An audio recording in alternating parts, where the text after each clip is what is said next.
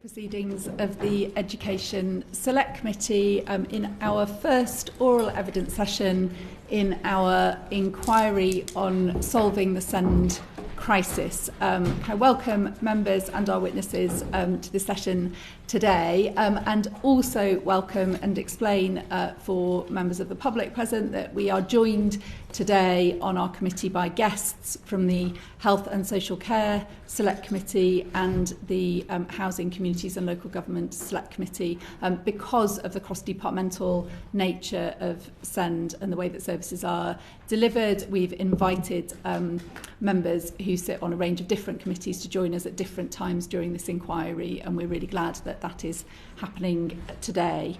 Can I now invite our witnesses to introduce yourselves to us? I think starting with Imogen.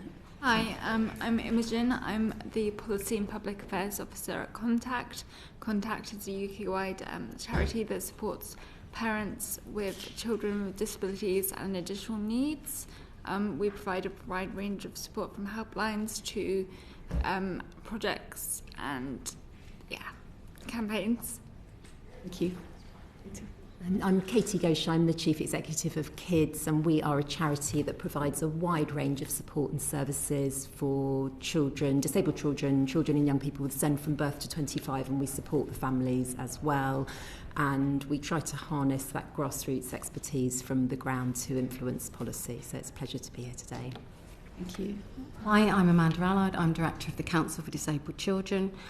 We work with a wide range of professionals who support children and young people with SEND and provide a range of improvement support to local areas who are seeking to improve their SEND services. And we work closely with DFE and NHS England. Oh, and we also run the What Works in SEND programme, which is looking at kind of system level what works across the SEND system for DFE. So one of the headline issues that speaks to the kind of nature of the SEND crisis is the unacceptably long waiting times that far too many children have in getting an education, health and care plan. Could you say what practical action is needed to reduce the waiting times for EHCPs, perhaps starting with you, Katie?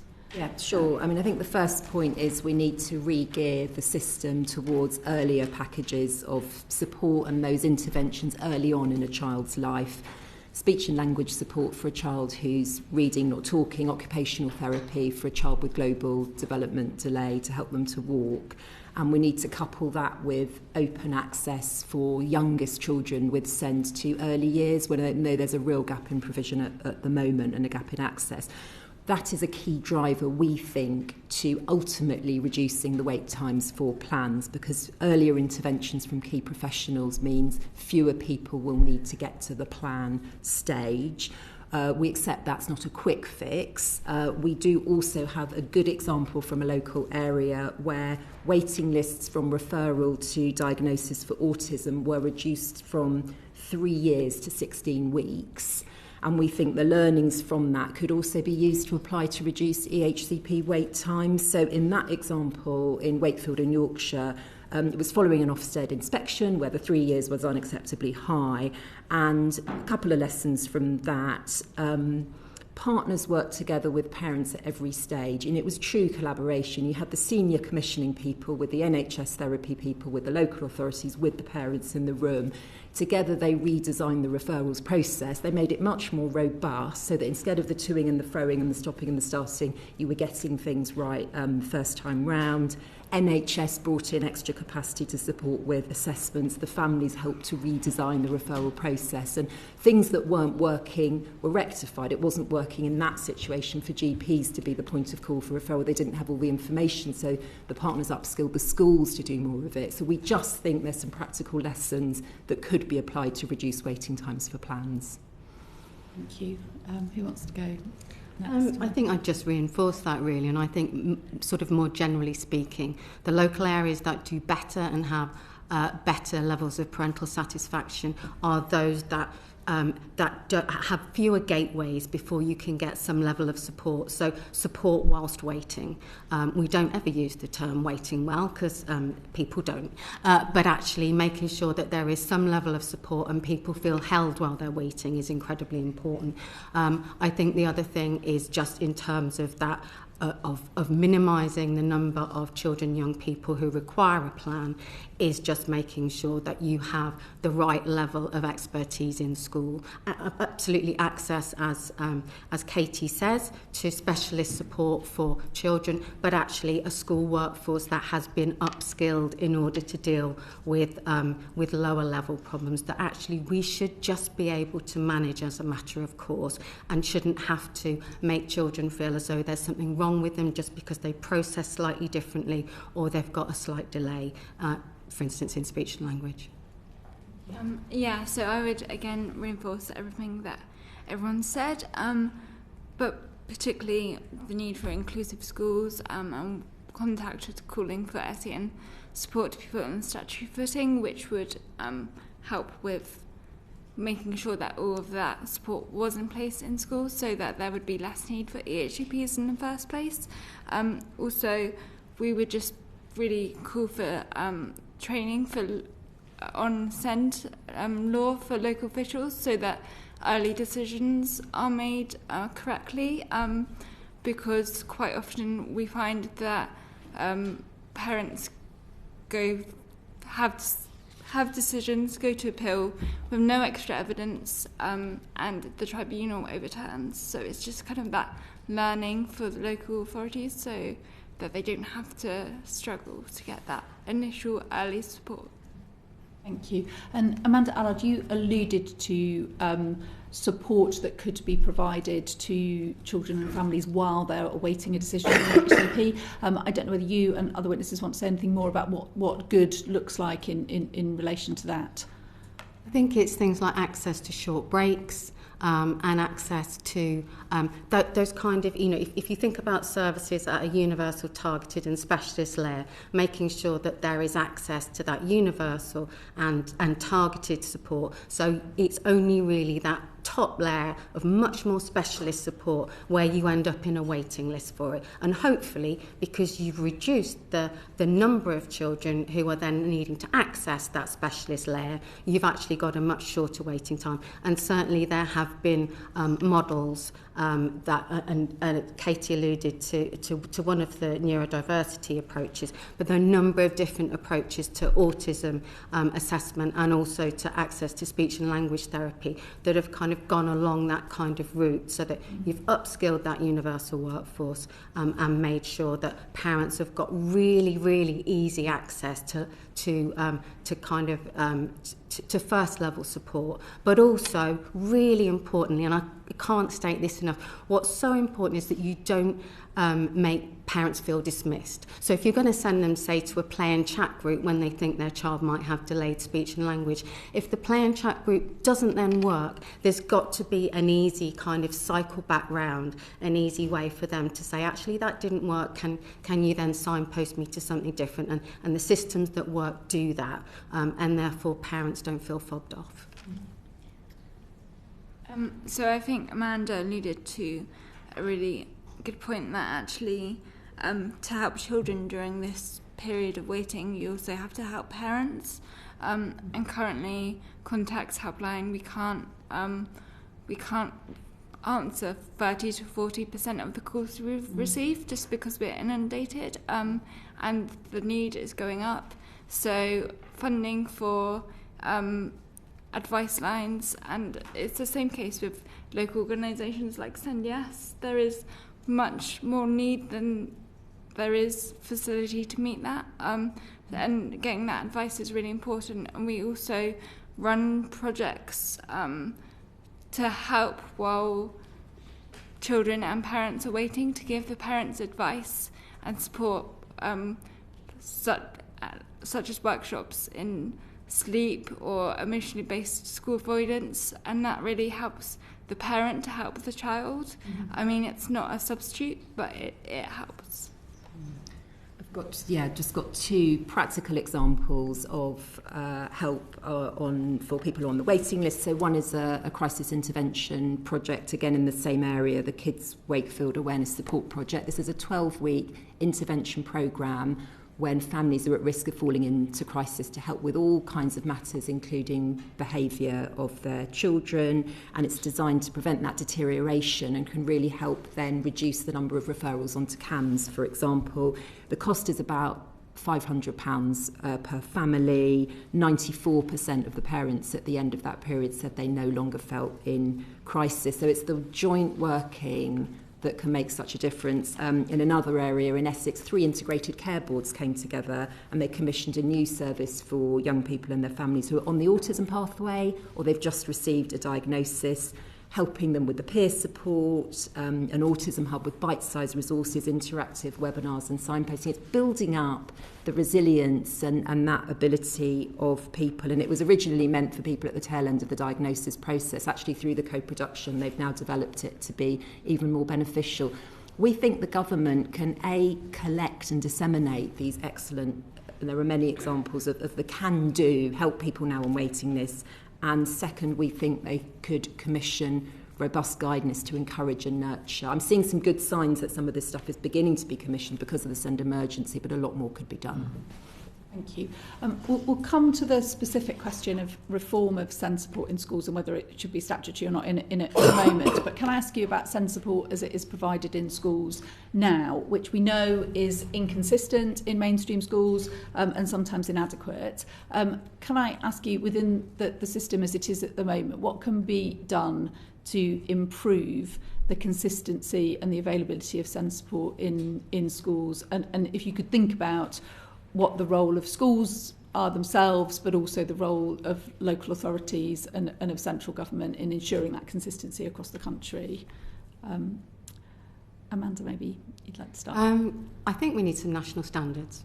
So I think there needs to be really clear expectations. Children, young people and their parents need to understand what they can expect to have as ordinarily available provision in schools. And schools need to be inspected against whether or not that level of support is provided.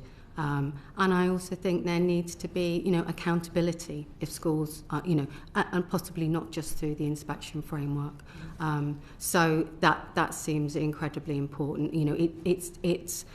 We have got to have a system where parents have got confidence and feel that they have got routes of redress if schools are not meeting their child's needs at SEN support. And I now meet parents, which I never did before, who are saying to me, my child shouldn't have needed a plan. Their needs should have been able to have been met within mainstream schools. And it's such a long and expensive process for everyone to have to go through that. We have to get to a situation where we're not making parents go down that route when it shouldn't be necessary.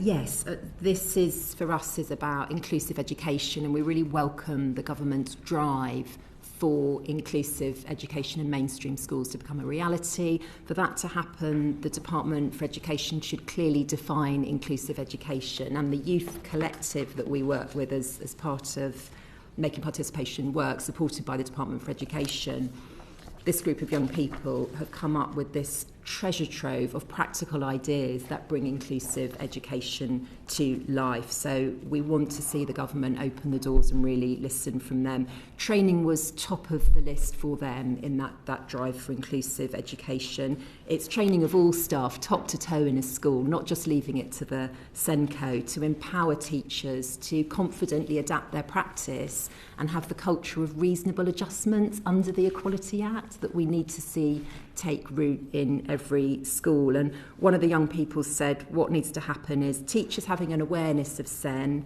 listen, respect us, realise we're all different and need different things. And one of them said not seeing the non-disabled or neurotypical way as better, e.g. speech over augmentative and alternative communication. Communication is the goal, not speech. Mobility is the goal, not walking. So I think if we really involve young people, they've got the answers along with parents, and that definition, the national standards and the definition of inclusive education, I think would take us some way forward.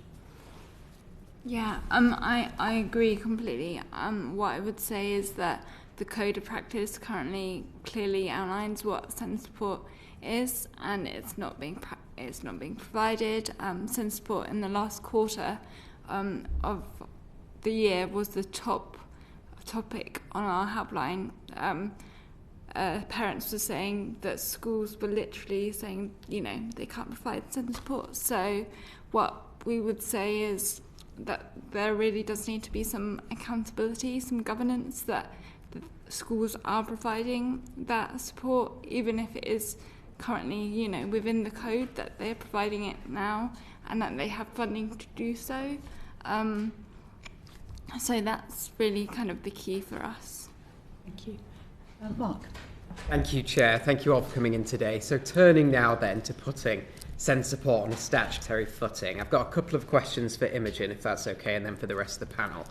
First of all, your organisation advocates putting SEND support on a statutory footing, as you've already said. What would that look like in practice? So what would it look like in practice?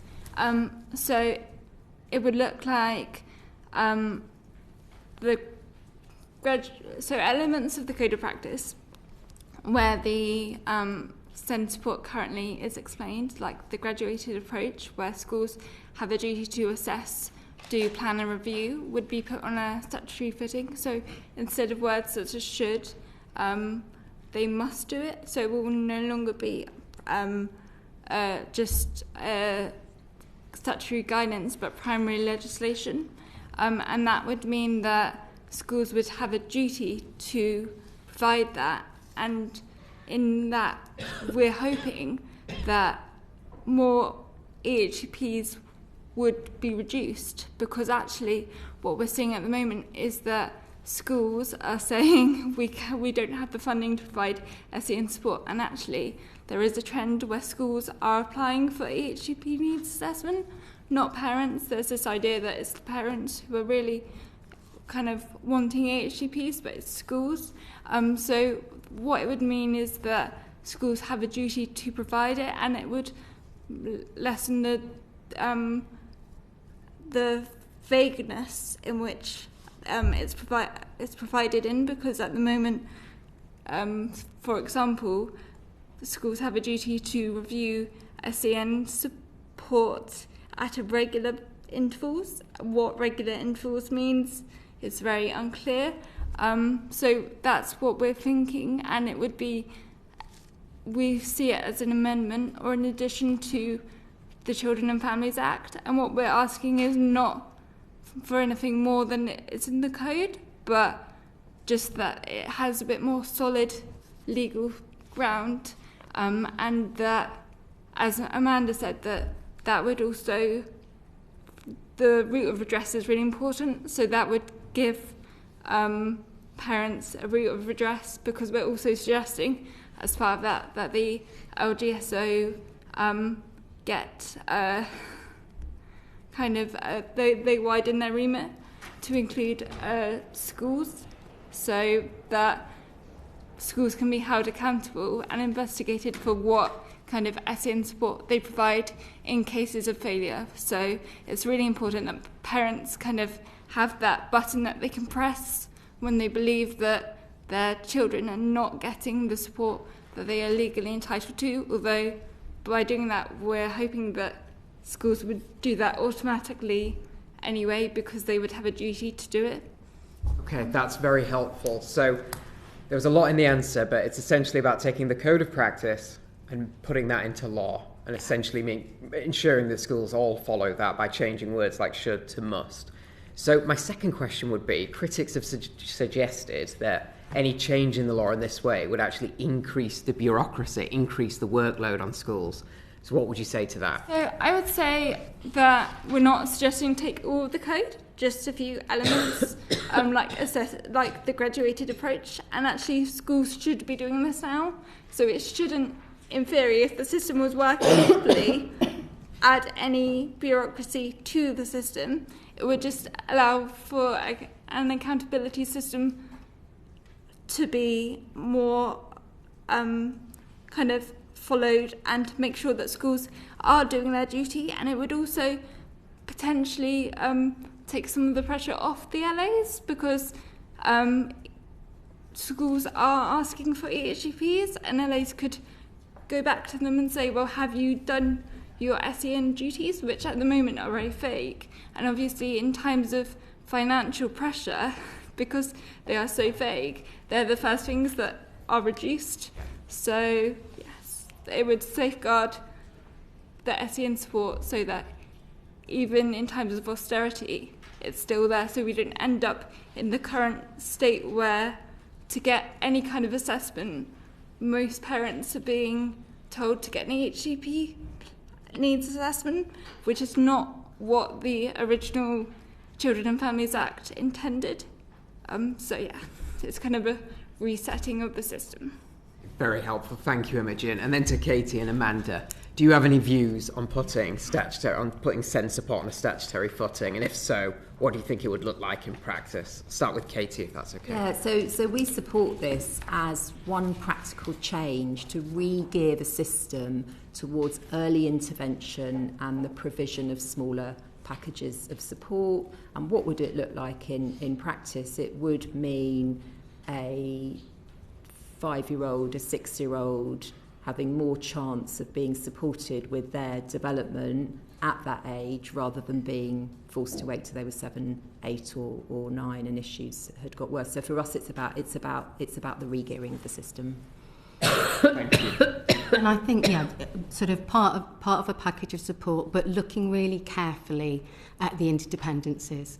You know, I think what we need is a system that is enabled to cope and be confident at coping with a much broader range of needs than we currently have. So it's also making sure that schools feel supported. You know, at the moment, some schools are resistant to taking children in. You know, so what you wouldn't want is a system. You know, if you just did the statutory support on its own without ensuring that there were mechanisms that measured schools against inclusivity, you might end up with a system where schools were even more resistant to accepting children with SEN. So you've just got to kind of think about those interdependencies. And I think the other thing I'm really keen on is making sure that it isn't just down to parents to absolutely, Imogen's right, you need a red button for parents, but ideally speaking, if we can have a system where it's not simply down to parents to say when things aren't going right, that would be, you know, and there are checks and balances in there. Right, yeah, but just in short, yes, you'd agree in principle, SEND support on a statutory footing is a good thing. I think look at it really carefully, but I think definitely we need a way of ensuring that children's needs are met at an earlier point in time. Okay, thank you very much. Thank you to all of you. Yes. Thank you. Katie, we know that kids have developed a SEND community navigator model to support parents and carers of children with SEND, navigate SEND support systems. Could you just expand on how this model works and its potential to be replicated or scaled up? And could you also sort of tell us how health services interrelate with this model, particularly those children who might have complex medical needs? Yes, so the Kids Navigator model offers a trusted professional who walks alongside the family. They're a rounded point of support and contacts, and they can signpost and support in all kinds of different ways. So in one example, the family had actually stopped leaving the home because of difficulties in dealing with the child's behaviour, and we were able to support with that through to being that point of navigation when the parents trying to find the right nursery for their child with SEN. So they're fantastically rounded and tailored in terms of the support that they give. And it can be form filling on benefits and signposting and all kinds of things that the family needs at that point. The results from the pilots in the Midlands and in Hampshire have been excellent and coming in at around £616 per family for an intervention. You asked about the potential to be replicated and scaled. So we think, first of all, as part of the government's expansion of early education, we're going to see many more nurseries. And for those nurseries to break the gap that we have at the moment of babies and toddlers with SEND not being in nurseries, family support is going to be key. So we've trialled the Kids Navigator model in an inclusive nursery, and we've found a real uptick in the number of children who are going into mainstream primary school when they might have been thought to going into a special school. And one of the reasons for that, we think, is that the navigator has been alongside the family and alongside the nursery helping with that. So that's got potential to be replicated and scaled in the early years. We actually think the Kids Navigator model's got the potential to be replicated at key transition points, so the tricky transition from primary to secondary school and the post-16 transition when we know there's a cliff edge for disabled young people going into adulthood. And a very practical way to do it would be to fund feasibility studies or trials for 12-week Kids Navigator model to be in there at those transition moments. We think support the settings with training and resources and support the family, and then you begin to have a winning formula for dealing with the SEND emergency. Thank you.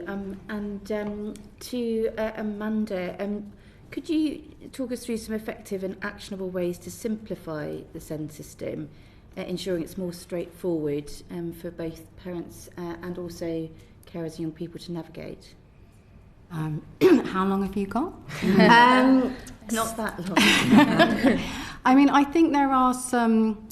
I do think the system as it is at the moment is complex and does mean that people need help to navigate it.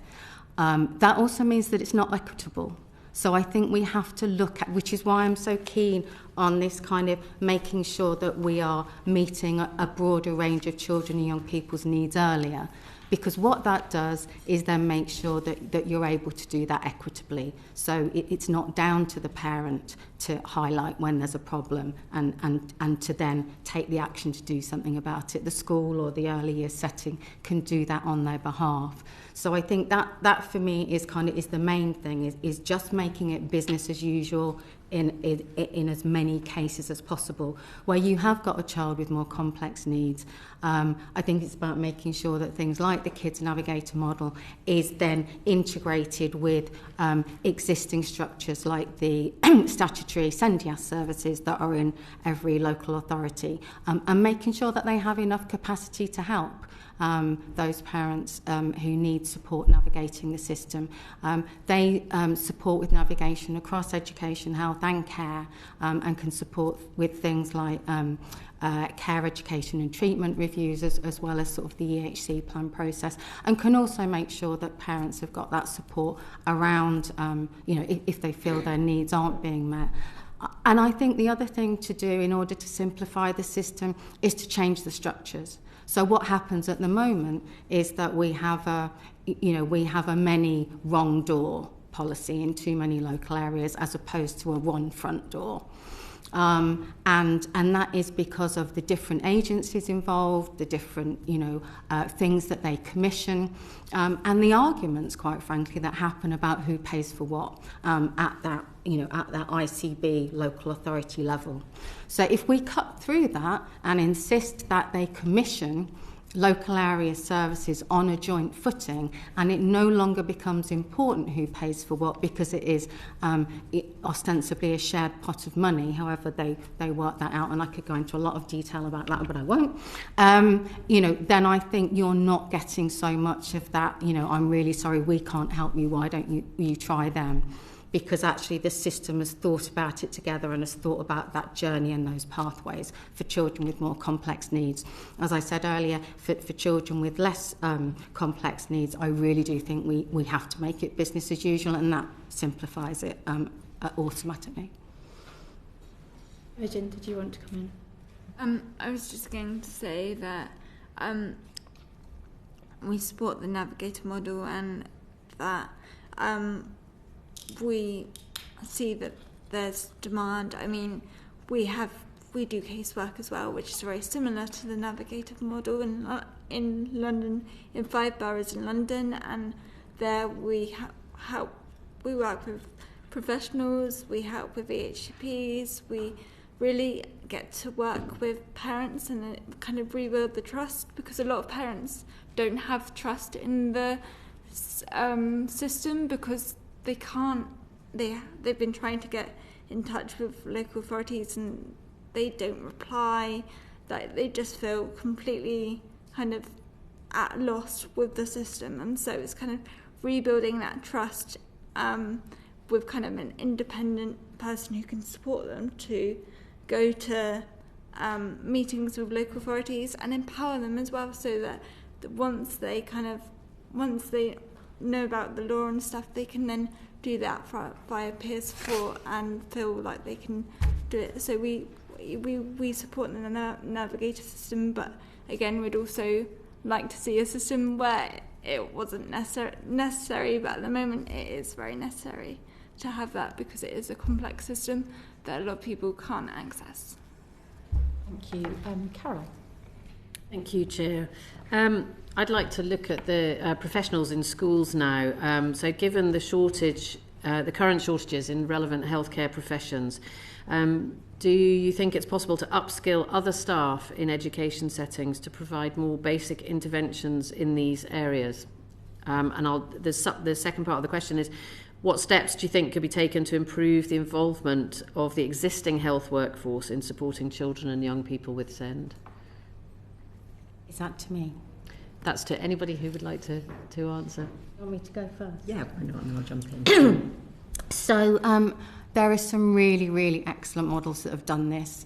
So approaches like the balance system in speech and language therapy, or it doesn't have to be the balance system, but that model, what that does is it uses the clinical workforce to upskill the universal schools, early years setting workforce, so that they're able to provide those universal and targeted interventions. So that has what we see in those areas that have done that is actually you've got a more empowered workforce who feel able to manage a wider range of needs. You've got happier parents. The same thing has been done with neurodiversity. So with the Portsmouth model, school staff, early years setting staff have been upskilled to deliver a neurodiversity profiling tool. So that actually that can be done, and then interventions can be put in place, so you don't have to go through that lengthy autism assessment or neurodiversity assessment before those measures are put in place. I think what we've seen with the current system is where, and where clinicians are divorced from school settings, is you see school settings not feeling able to manage the need. But then also clinicians not actually able to manage the length of queue coming through to them, because all that's happening is schools are just referring or parents are just referring. And I think that interplay really can cut through that kind of approach. I think what we really need is leadership. We need leadership from DHSC in terms of saying that this is an approach which they expect ICBs to be putting in place. Because at the moment what we've got is great bottom-up models and a lot of interest. We run a community of practice around the Portsmouth model because so many commissioners are interested in it, because it seems to be really effective in cutting waiting times. And that's one of the requirements that NHS England has set for ICBs. But actually, that leadership has not, I don't think, sufficiently come down from DHSC in terms of that level of expectation. There's some great examples where people have been upskilled by the clinicians and the medical professions to support children's medical needs. So in one of our nurseries, our staff were trained by the local nurses to support a child with a tracheostomy. I think they said it was the first in the county. There are these shining practical examples out there so that we can deploy healthcare specialists where only they can do something, and give the confidence and the skills across the rest of our SEND workforce to be able to support those children. And to achieve that, I think there are some good examples out there, but sometimes there can be a rigidity in some schools or in education, a worry or a fear that's stopping them from saying, actually, talk to us, let's find a way to support a child with these health needs. Healthcare is an essential enabler for children with SEND to be in education and stay in education, and that is why it has to be a joint initiative. And I've had conversations with teaching assistants who want more skill around speech and language, for example, but finding the resources to upskill them, it seems to be really difficult. I mean, online resources for them to tap into would be... I mean, the models where this has taken place, it has been delivered with the existing clinical workforce. So given the shortage that we see in the therapy workforce in particular, I think it's blindingly obvious that I'm not saying that we might not need to do more than this, but this seems to work. There is a really good range of evaluations that show that it works. So let's not waste time. I understand that the health system always likes a randomised control trial, but children age while that process goes on. So if we've got something that really seems to work, let's operationalise it and make sure that we evaluate it as we go, so that if there are glitches, we can iron those out along the way. Sometimes. And then, also make sure that, well, if that means that actually schools need more resources because we are expecting more of them, then we need to plan for that as well. And maybe, if you're upskilling teaching assistants in order to deliver a greater range of skills, then, you might need to look at enhanced pay. So we need to think it all the way through, but we need to be clear about what seems to work and getting that into widespread practice. Thank you. So given the current shortages in specialist teachers and SENCOs, what measures can the Department for Education or individual schools implement to attract more specialist teachers or support and upskill existing staff? And how can the school system enhance support for SENCOs to help them effectively fulfil their roles and address the needs of students with SEND? Just got that out. Excuse me. Starting with the SENCOs, actually, I mean, what we need to move towards is that whole school approach. So from top to toe, everybody in a school has that SEND confidence, and the training is essential so that it doesn't all fall on the shoulders of the SENCOs. So we definitely need to see the basic SEND training, including the initial teacher training, improved. They're only getting 2 days of overall SEND training at the moment, so that needs to be considerably boosted. And we think this is going to be one of the biggest levers for delivering the government's inclusive schools agenda. And we think the practical training in how to navigate the system is important as well, so not just the theory of SEND.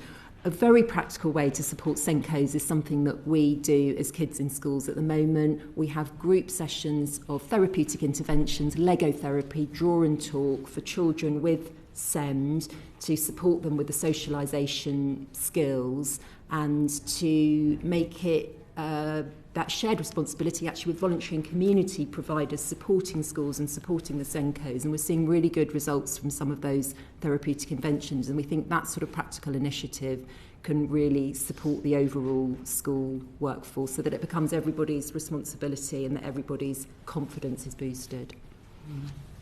Thank you. Might bring Sarah in for short supplemental, is that? Yeah, very short. Just going back to the first question, really, and whether you've got evidence or would believe that there's merit in the co-location of services and how they're delivered between professionals from different sectors. Yeah, I mean, I think sort of going back to that kind of balanced system kind of Portsmouth approach, it's really important that schools are able to draw quickly.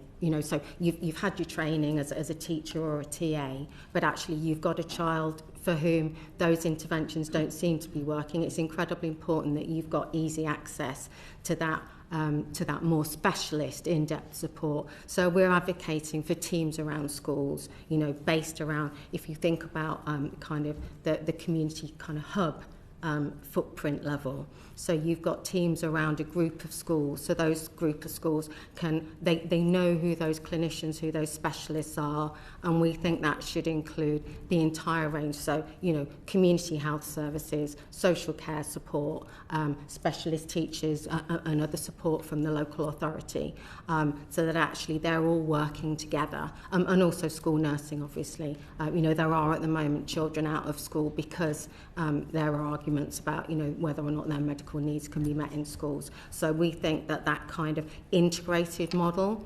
where schools are properly supported and those services understand that that is their footprint and that is their delivery model, is really going to cut through a lot of the problems that we're seeing at the moment.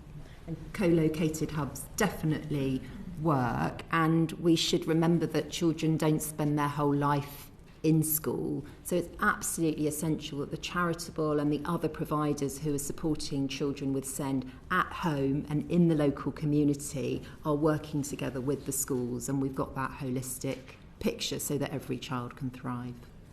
Yeah, we also think that it's really important that everyone works together so that there is still that kind of, when we talk about upskilling, to really make kind of the schools inclusive, that's great, but we really want like safeguards so that those staff can call in the clinicians when necessary, and there is oversight by the clinicians, but it's mostly done by the upskilled staff, so it's not like a substitute for clinicians, but it's joint working together, and that's really important, that the clinicians still review and are still involved. Yeah. Could I just quickly say something about Senkos? I think one of the issues at the moment and why there is an issue around retention of Senkos is because they are sometimes that lone voice in the school, and they might put in place a really excellent strategy to support a child, which is then completely undermined by other teachers who haven't understood that actually that child needs a reasonable adjustment. So we think they have to be on the school leadership team, and they have not to be, as I think Katie said earlier, a lone voice. In a large school, you'd expect, we think there should be SEN champions in every department, so that you've actually really got that kind of, that understanding and that expectation spread. And then also they can be a really strategic voice and then be supporting that kind of interplay and interaction with those wider support services that are supporting the school. And just on that point as well, we also think that this might be skipping ahead, but we also think it's very important that actually all teachers receive training in what the Equality Act requires and what reasonable adjustments are, so that they have an understanding of SEND law themselves as part of teacher training, and therefore that would allow for more collaborative work with the Senkos. I'm going to go to Jess in a second, but if I could just ask everybody to be mindful of time. We've got quite a few more important topics that we want to ask you about, and increasingly sort of limited time to be able to do that. So Jess, over to you. Thanks. How can the current allocation and distribution of schools block funding and high needs funding be improved to ensure it effectively meets the diverse and evolving needs of children and young people with SEND? And what measures could be implemented to promote greater transparency, flexibility and equity in funding? I mean, I think that is a really, really difficult question, and I think it is one that we're planning some round tables, aren't we, to try and unpick that a bit more. I think what I would say is that the money couldn't be spent more badly than it is. That's not very grammatical, is it? But you know what I mean. Than it currently is being spent. And what that means is that that there's no money for that early intervention, and we're pushing children into requiring more and more specialist support. So I think we have to find a way of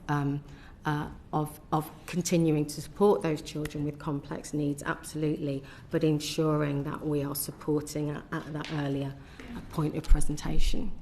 And in our view, it should be ring-fenced. Money for children with SEND should go to children with SEND. That is a fundamental principle that should underlie any reforms that the government seeks to bring in. And we would support that ring-fencing. Also, I think it's just important to note that we the nominal £6,000 that schools get can cause a lot of confusion. We get a lot of calls from parents saying, why isn't the school spending the £6,000 on my child? And we know that that's not how it works, but parents don't, and that immediately causes distrust and frustrations and makes the system already adversarial. So I think a bit more clarity around that would be great. Thank you. And I think a multi-agency, just going back to that multi-agency pot, so that we take those rounds out. Yeah. Thank you. Rena. Thank you. I'd like to consider the current and future models of SEND provision, in particular multi-agency working. I think everybody around here is aware of the frustration when it comes to education, health and social care departments working in silos. And it's really good to have members from the Health and Social Care Committee here today to take part in this session.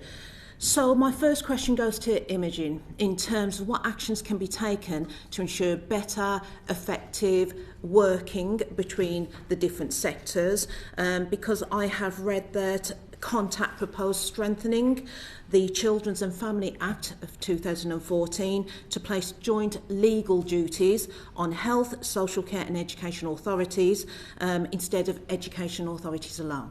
So for EHCPs, in section F, which is where the special education provision is outlined, the legal duty to provide that provision is solely on the local authorities. That provision, however, can also include any health or social care provision that educates or trains, and yet the local authority is still the one that has the strongest legal duty to provide this.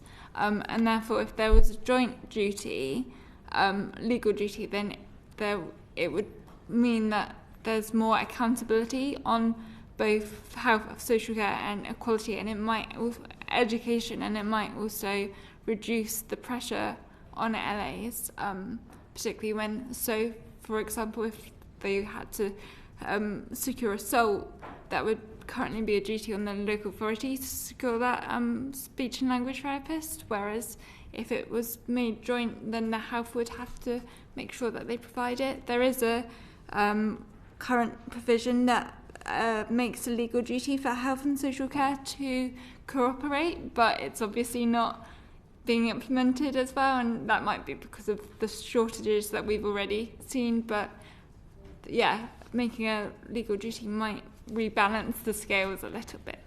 Okay.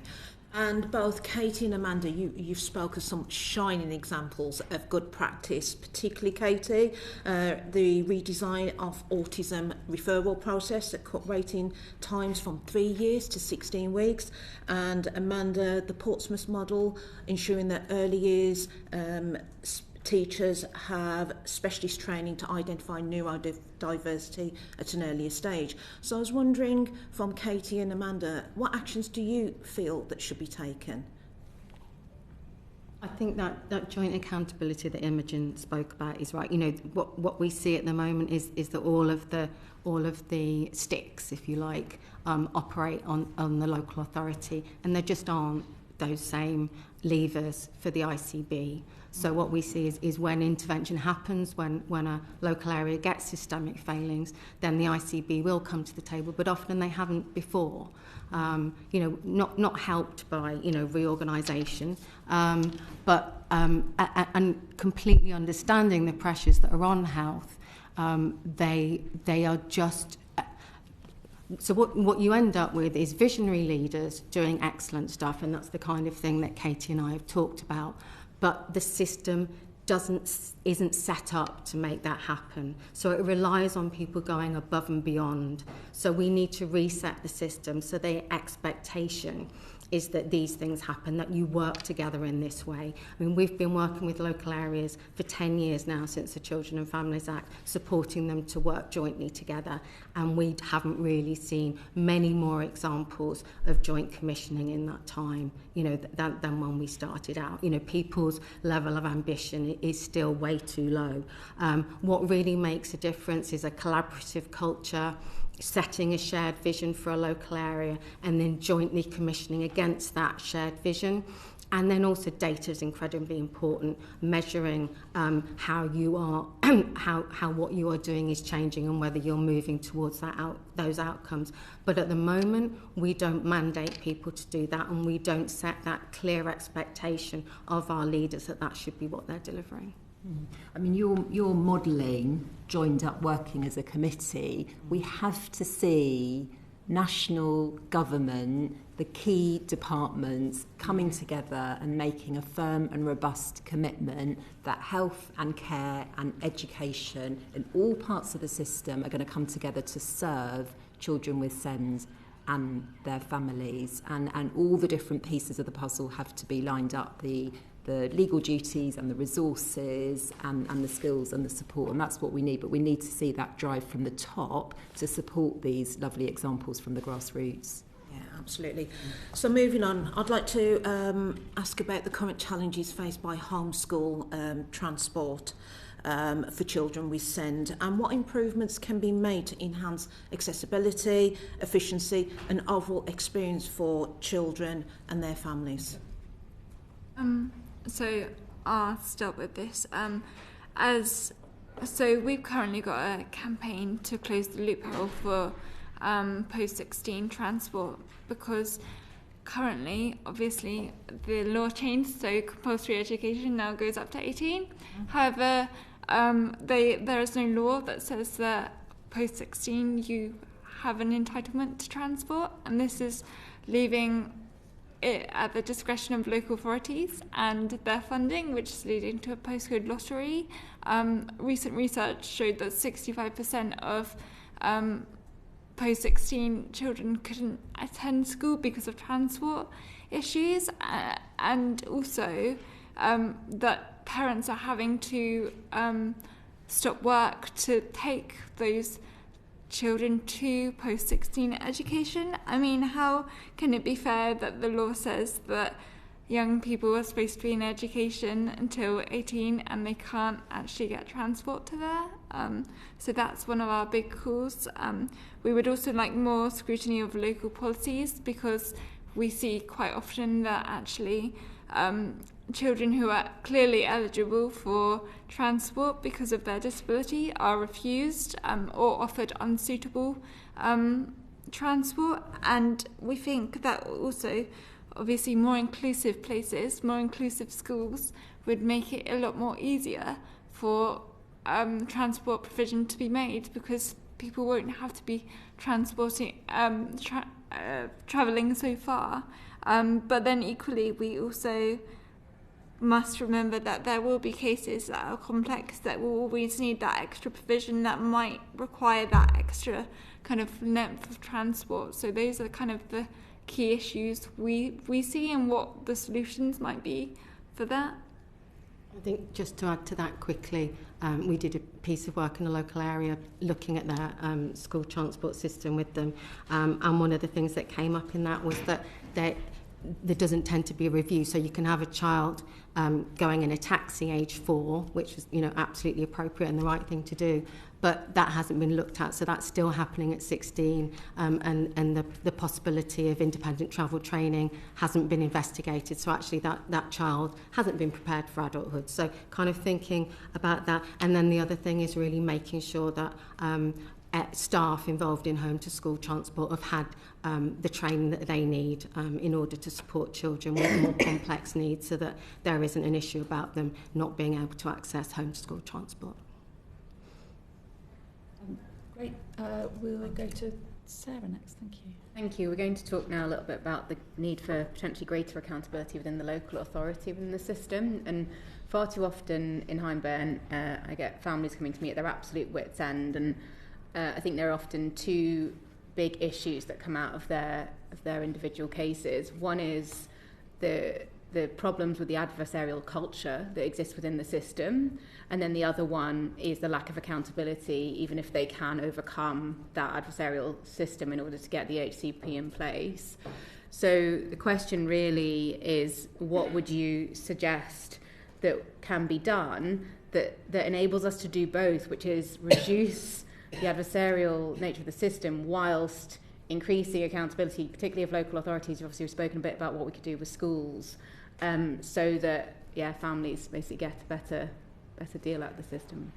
So I think to decrease the adversarial nature is just, I would strongly suggest a lot more training for local authority officials on SEND law and what it actually means, because that would provide for kind of the initial right decision in the first place, which, because a lot of the appeals are on needs to assess for appeals which are quite a low bar, but also in terms of accountability for LAs, what I would suggest is that what Contact suggests is that there should be stronger kind of government oversight and intervention, and it should be triggered by key data such as the tribunal statistics, how frequently LAs are at tribunal, how often they concede the day before the hearing. That's a worrying trend that we are seeing, which is just LAs essentially using the tribunal to delay having to pay for funding in cases that they know that they're going to kind of lose, and failures to meet time scales. So what we would like to see is kind of an establishment of public hearings and inquiries into local authorities who do not comply with the law, and that information should be publicised, because I think that kind of public pressure might be able to encourage them to make better decisions in the first place. I think this is difficult because all the incentives are in the wrong place at the moment, and the system is so deeply letting down families and young people, and so many of the behaviours is just delay, and very adversarial.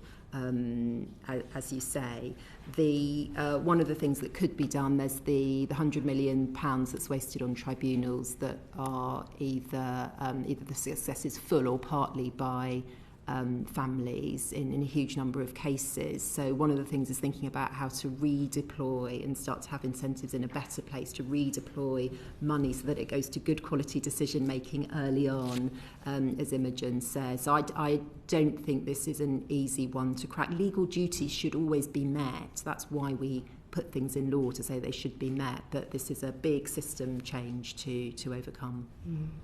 And I think those local authorities that manage to be less adversarial, what you will find is that they have a really good relationship with their parents, and an open door policy, and a real understanding. I think it can be incredibly difficult when money is tight, and I think a sort of natural reaction can be to kind of, defend and guard that pot. So I think actually opening up and having those pragmatic but realistic discussions about what we can achieve with what we've got, actually works a lot better in local areas.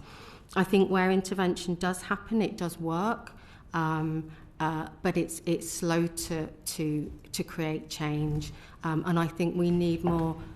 We do need more training, as Imogen says, but I think that actually is at leadership level as well. So that actually that expectation that we understand the law and we comply with the law comes down from the top, and is supported from the top.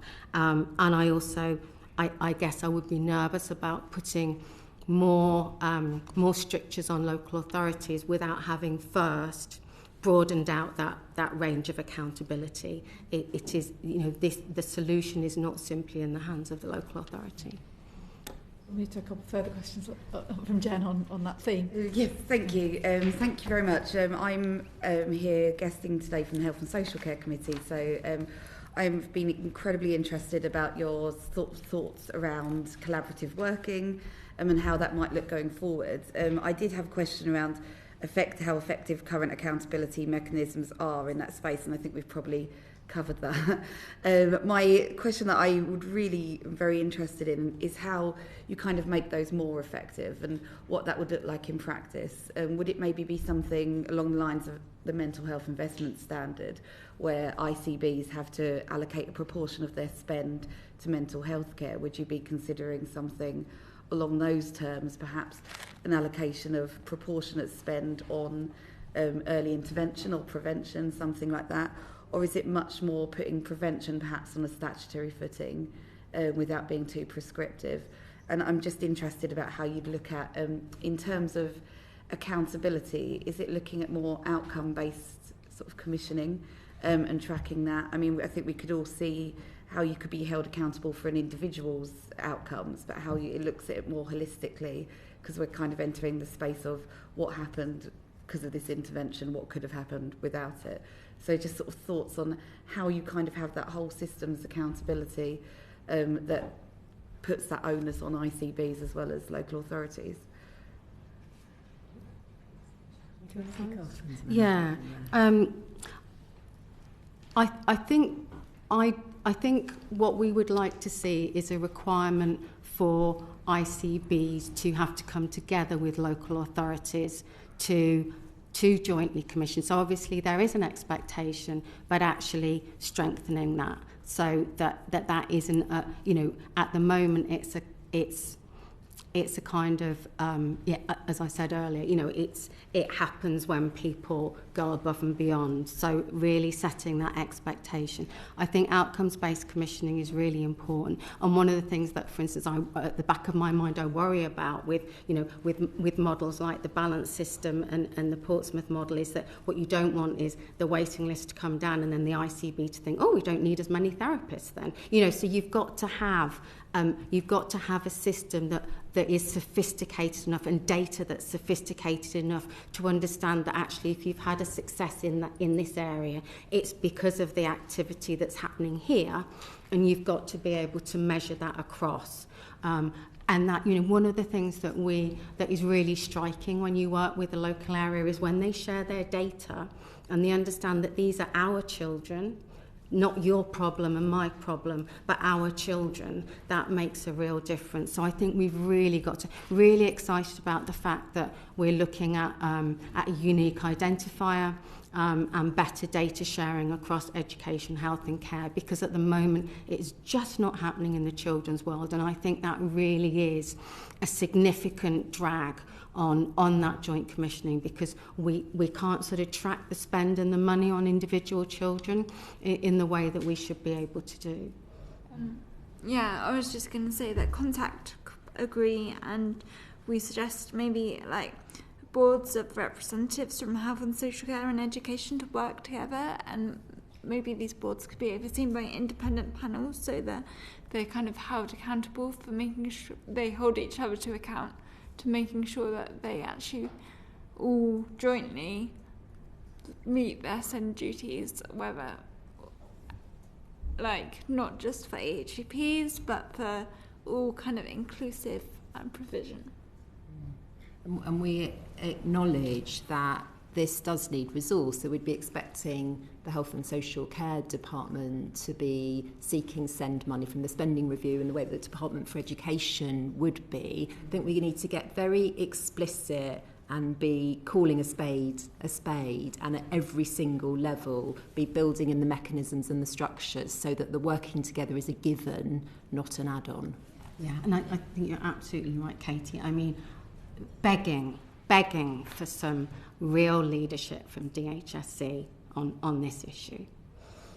Do you think that leadership is kind of ministerial steer, or are you looking for people that work in NHS England, for example, or at the ICB level, or is it throughout the organisation? I think it's like, it comes from the top and from those expectations, and I completely understand that the health service, has its own crisis, but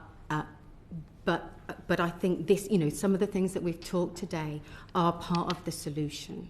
The way that we're deploying resources is also inefficient and ineffective in the health service. So actually that kind of that leadership, that visionary thinking, I think is what gets us to the right place, not just for our children, young people, but actually more widely in the system.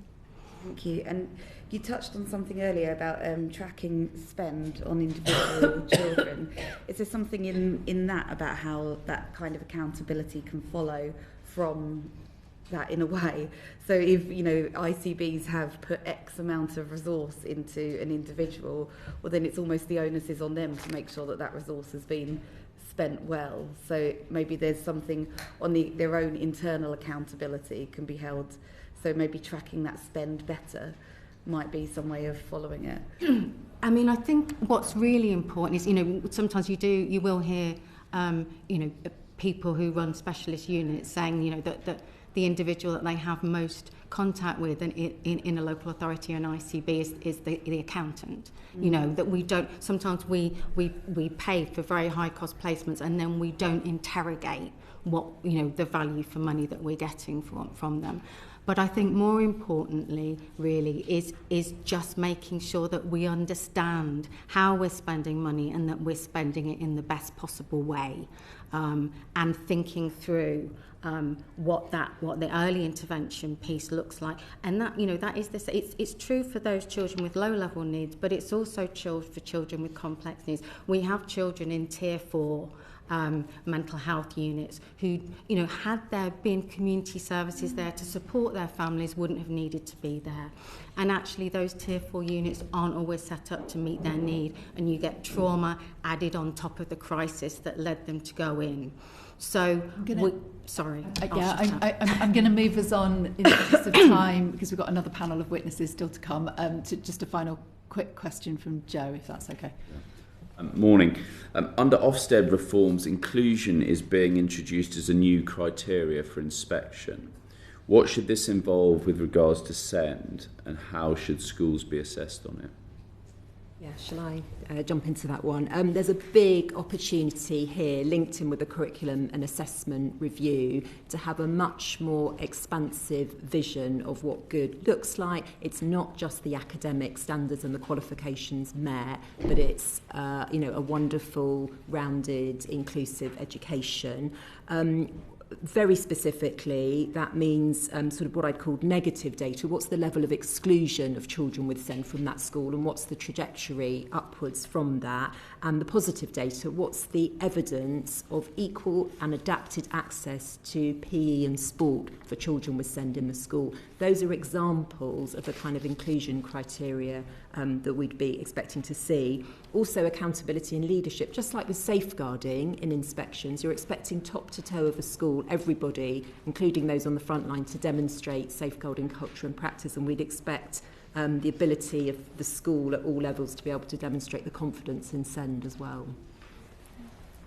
So I would agree and just say that we would again suggest that the inclusion criteria go off the law, so that that everyone has a entitlement to mainstream school and they can access all the activities in that school, and that there is an anticipatory duty for reasonable adjustments, so that teachers should be making those reasonable adjustments, and that particularly how schools support children with special educational needs to attend, rather than just focusing on figures for attendance. That would be one of our main issues, and how pupils and parents feel inclusion is going. It's really important to get that kind of aspect as well.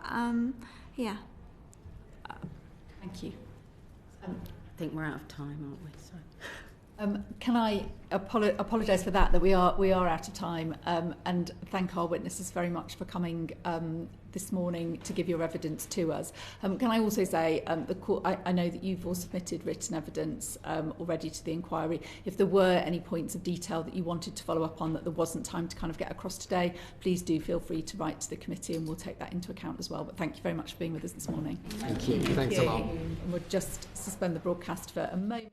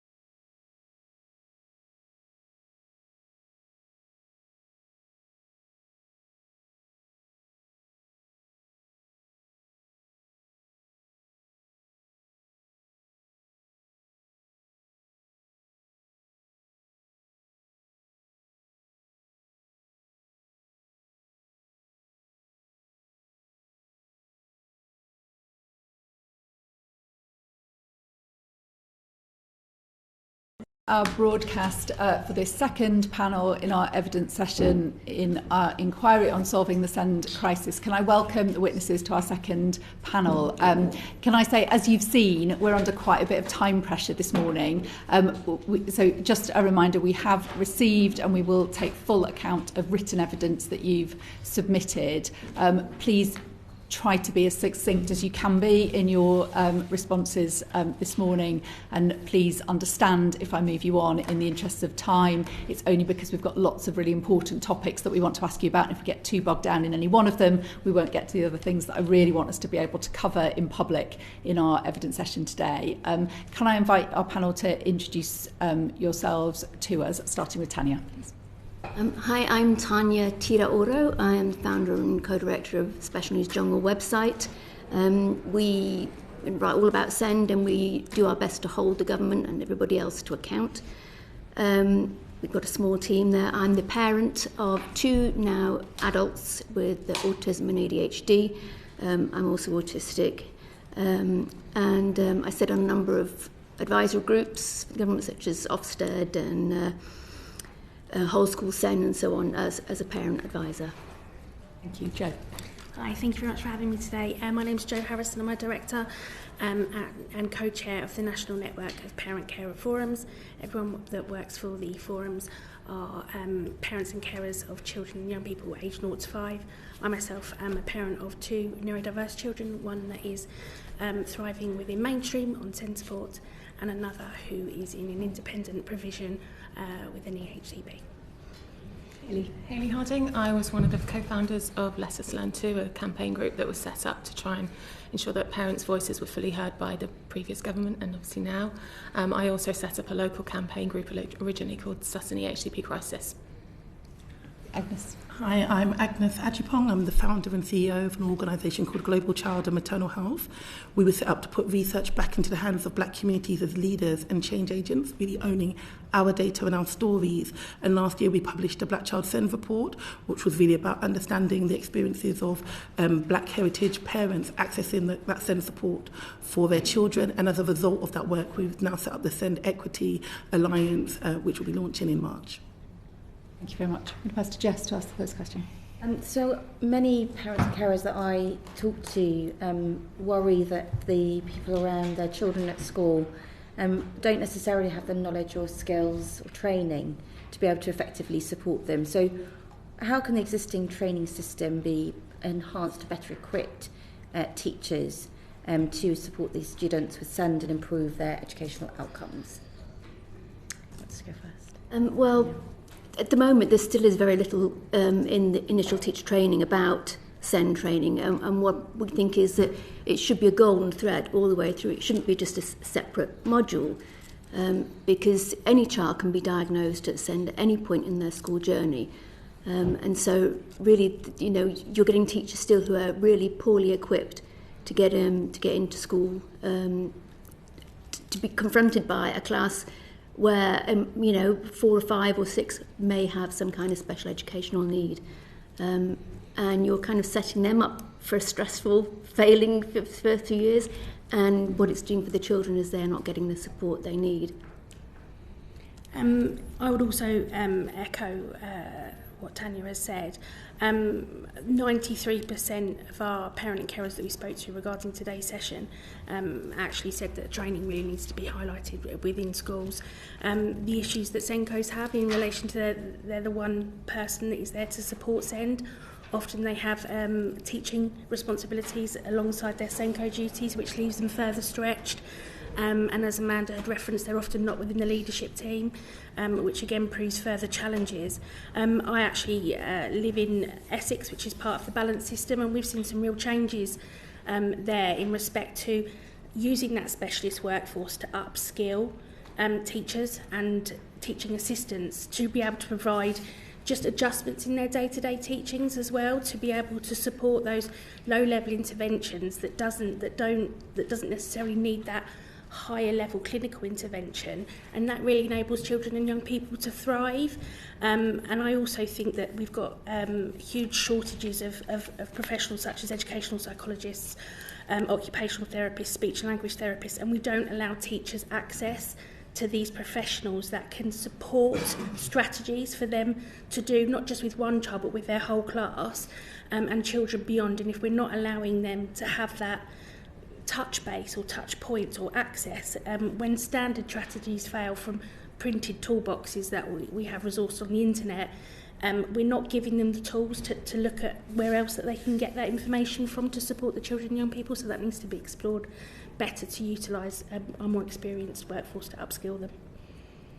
Yeah, I think I agree with those points. I think there needs to be a change of perspective, in the sense that I think sometimes teachers will sometimes think it must be the parents' fault, and that's their instant kind of reaction, and it's behaviour. And I think maybe more training at the beginning when they're training to be teachers, but actually for the existing workforce as well would really help, because we need to reverse that trend, because unfortunately the more pressure that's on them, the easier it is to go to the instant kind of easy response that there must be something going on at home or something of that nature.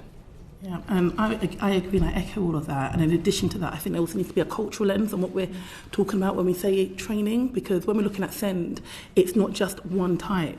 We had a case where we had one student from a white British background. He used the normal stimming ball just to self-soothe, and that was fine. There was another boy, and he was beatboxing. And the teacher could just not understand why this boy was beatboxing, very quickly going down the behavioural route, but actually he was also autistic, right? And not understanding that actually he was using music as his way to self-soothe, and that was something that he developed. So there is a cultural lens to understand how does SEND manifest in different communities and in different individuals, in different people. And instead of going straight to that kind of behavioural punitive landscape, making sure there's a needs analysis, where there's been an assessment to understand how best we can support those children before we go straight to behaviour, punitive, and then exclusions. Can I make one more point very quickly?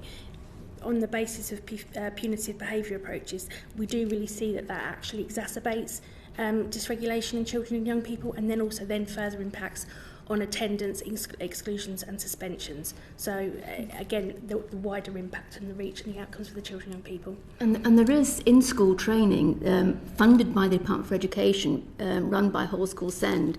It's called the Universal SEND Services. Now, I sit on their advisory board. This has been going on for over 3 years now, and it's free. It's available to every school, but we don't think the Department for Education is doing enough to push this training that it pays for out to schools, out to local authorities. It's fantastic training. It's and it's there and it's available. We think that there should be a much better job being done. And it needs to be made not just as part of the change programme, but long term. Okay, a number of you mentioned SENCOs, but how do you think that there could be enhanced support for SENCOs to help them fulfil their roles? At the moment, I thought a lot of pressure is just put on the SENCO. I forgot to add in my introduction, I do have 2 out of my three children also have a SEND need, so I do regularly interact with the SENCOs. And we're going through a digital revolution. I'm not sure if I'm allowed to kind of add that here. How are we now kind of looking at how some of these tools can support SENCOs to help with the administrative aspect, so that they can actually then kind of show up more on the people-facing aspect of their roles. In addition to that, there needs to just be more support. I think our previous panelists said this. A lot of the time, SENCOs are not given the kind of level of prestige, I want to say, within the schools. And so that undermining already impedes the ability for them to be able to really advocate for their parents. And so sometimes actually you'll find that SENCOs and the parents do have a really good relationship. However, they're not able to still get the support they need from the school system as well. Yeah, just adding on to that, I think there's a lot of pressure put on SENCOs, and they are very, very overworked. And there tends to be in some schools the culture of that's the SENCO's job. Yeah. So they sort of dip in and out, so that child may have an hour's help, but then that's it. I think if we could get, as we've already spoken about, more of a whole school approach, so all the teachers know the methodology and they don't need to call the SENCO in to write the reports, for example, that would really help. And it would also speed up the whole process as well. And also SENCOs are often the key point of contact for a parent of a child and young person with SEND. And if they have stretched capacity within the school, often we hear that, you can put in a call to speak to a SENCO about a really simple concern that might have happened at school that day, or a slight concern about the type of intervention or something, and there isn't the capacity to have that conversation with the parent because they're stretched, and there's only that one point of call. And if you're speaking to the class teacher, they're generally, again, they're stretched, will say, oh, it's SEND, you need to speak to the SENCO.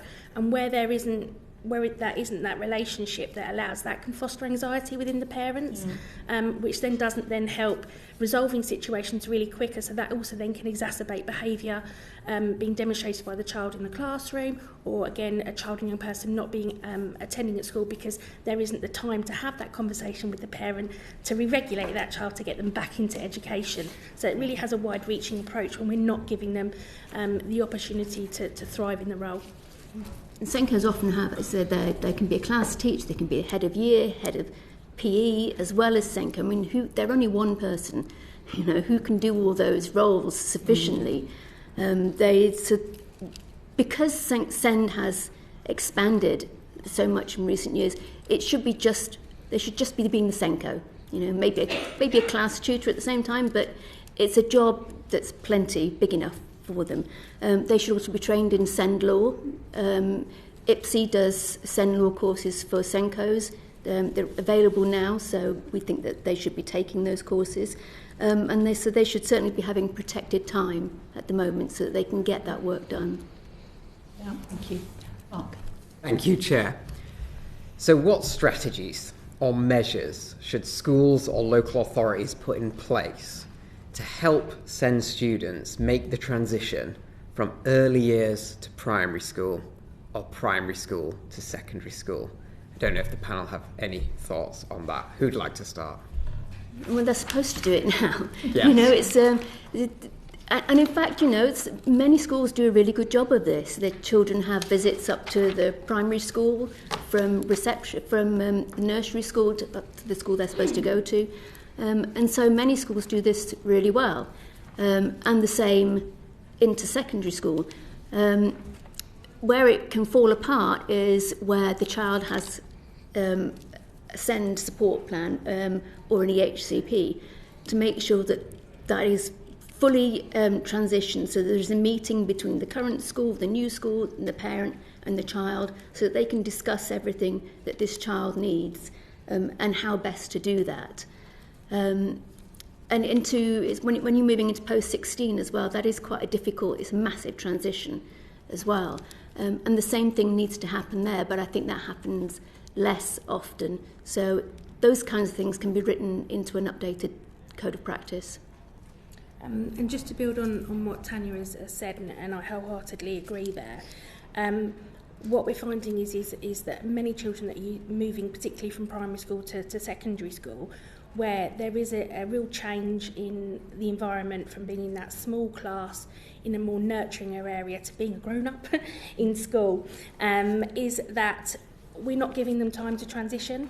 And there are some excellent practices out there being done by some really good schools, where rather than having the day where you're going in along year 6 and you go for the day, and you might go in to have a lunch with everybody and you do a couple of classes, where we're seeing schools doing a transition period over a term, where a child will come in for an hour, then we'll build it up for 2 hours, and then by the end of that term, before they're ready to go, actually they're doing a couple of afternoons, they've had the teachers, but also what that allows that child is to foster those relationships with the school, more importantly to understand that environment so that it's not big and scary on their first day. It also now enables them to foster those connections with peers that within that area and build up those friendships, because we know often children with SEND may take more time to develop those friendships and will have difficulties in sometimes fostering those relationships and need support. So being able to do that over a gradual period of time with a small group, and then understanding the parent, the adults that will be supporting them within that environment, knowing where their safe spaces are, knowing where the nurturing spaces are. So there is things that can be done, and there is things that are being done by some really good schools, which shows that it is feasible, but it's about making that a priority and allowing schools to make that a priority. And I think there's also something around really engaging parents and carers. It's a huge deal. If you're picking your child up from nursery, you know, you're having a lovely handover with your child, and you get, you know, a 5-10 minute chat, you get a communication book. As you go through to primary school, often you're having that end of day handover. I know I did with my child when she was still in year 6. And then you go to secondary and it's nothing and it's silence. And also that can raise anxieties, especially if your child, you don't know what that provision looks like, you don't know what their interventions are, you don't know who their key person is. So I think it's about strengthening the relationships and preempting those relationships, how we're going to communicate with you and what that might look like. Yeah.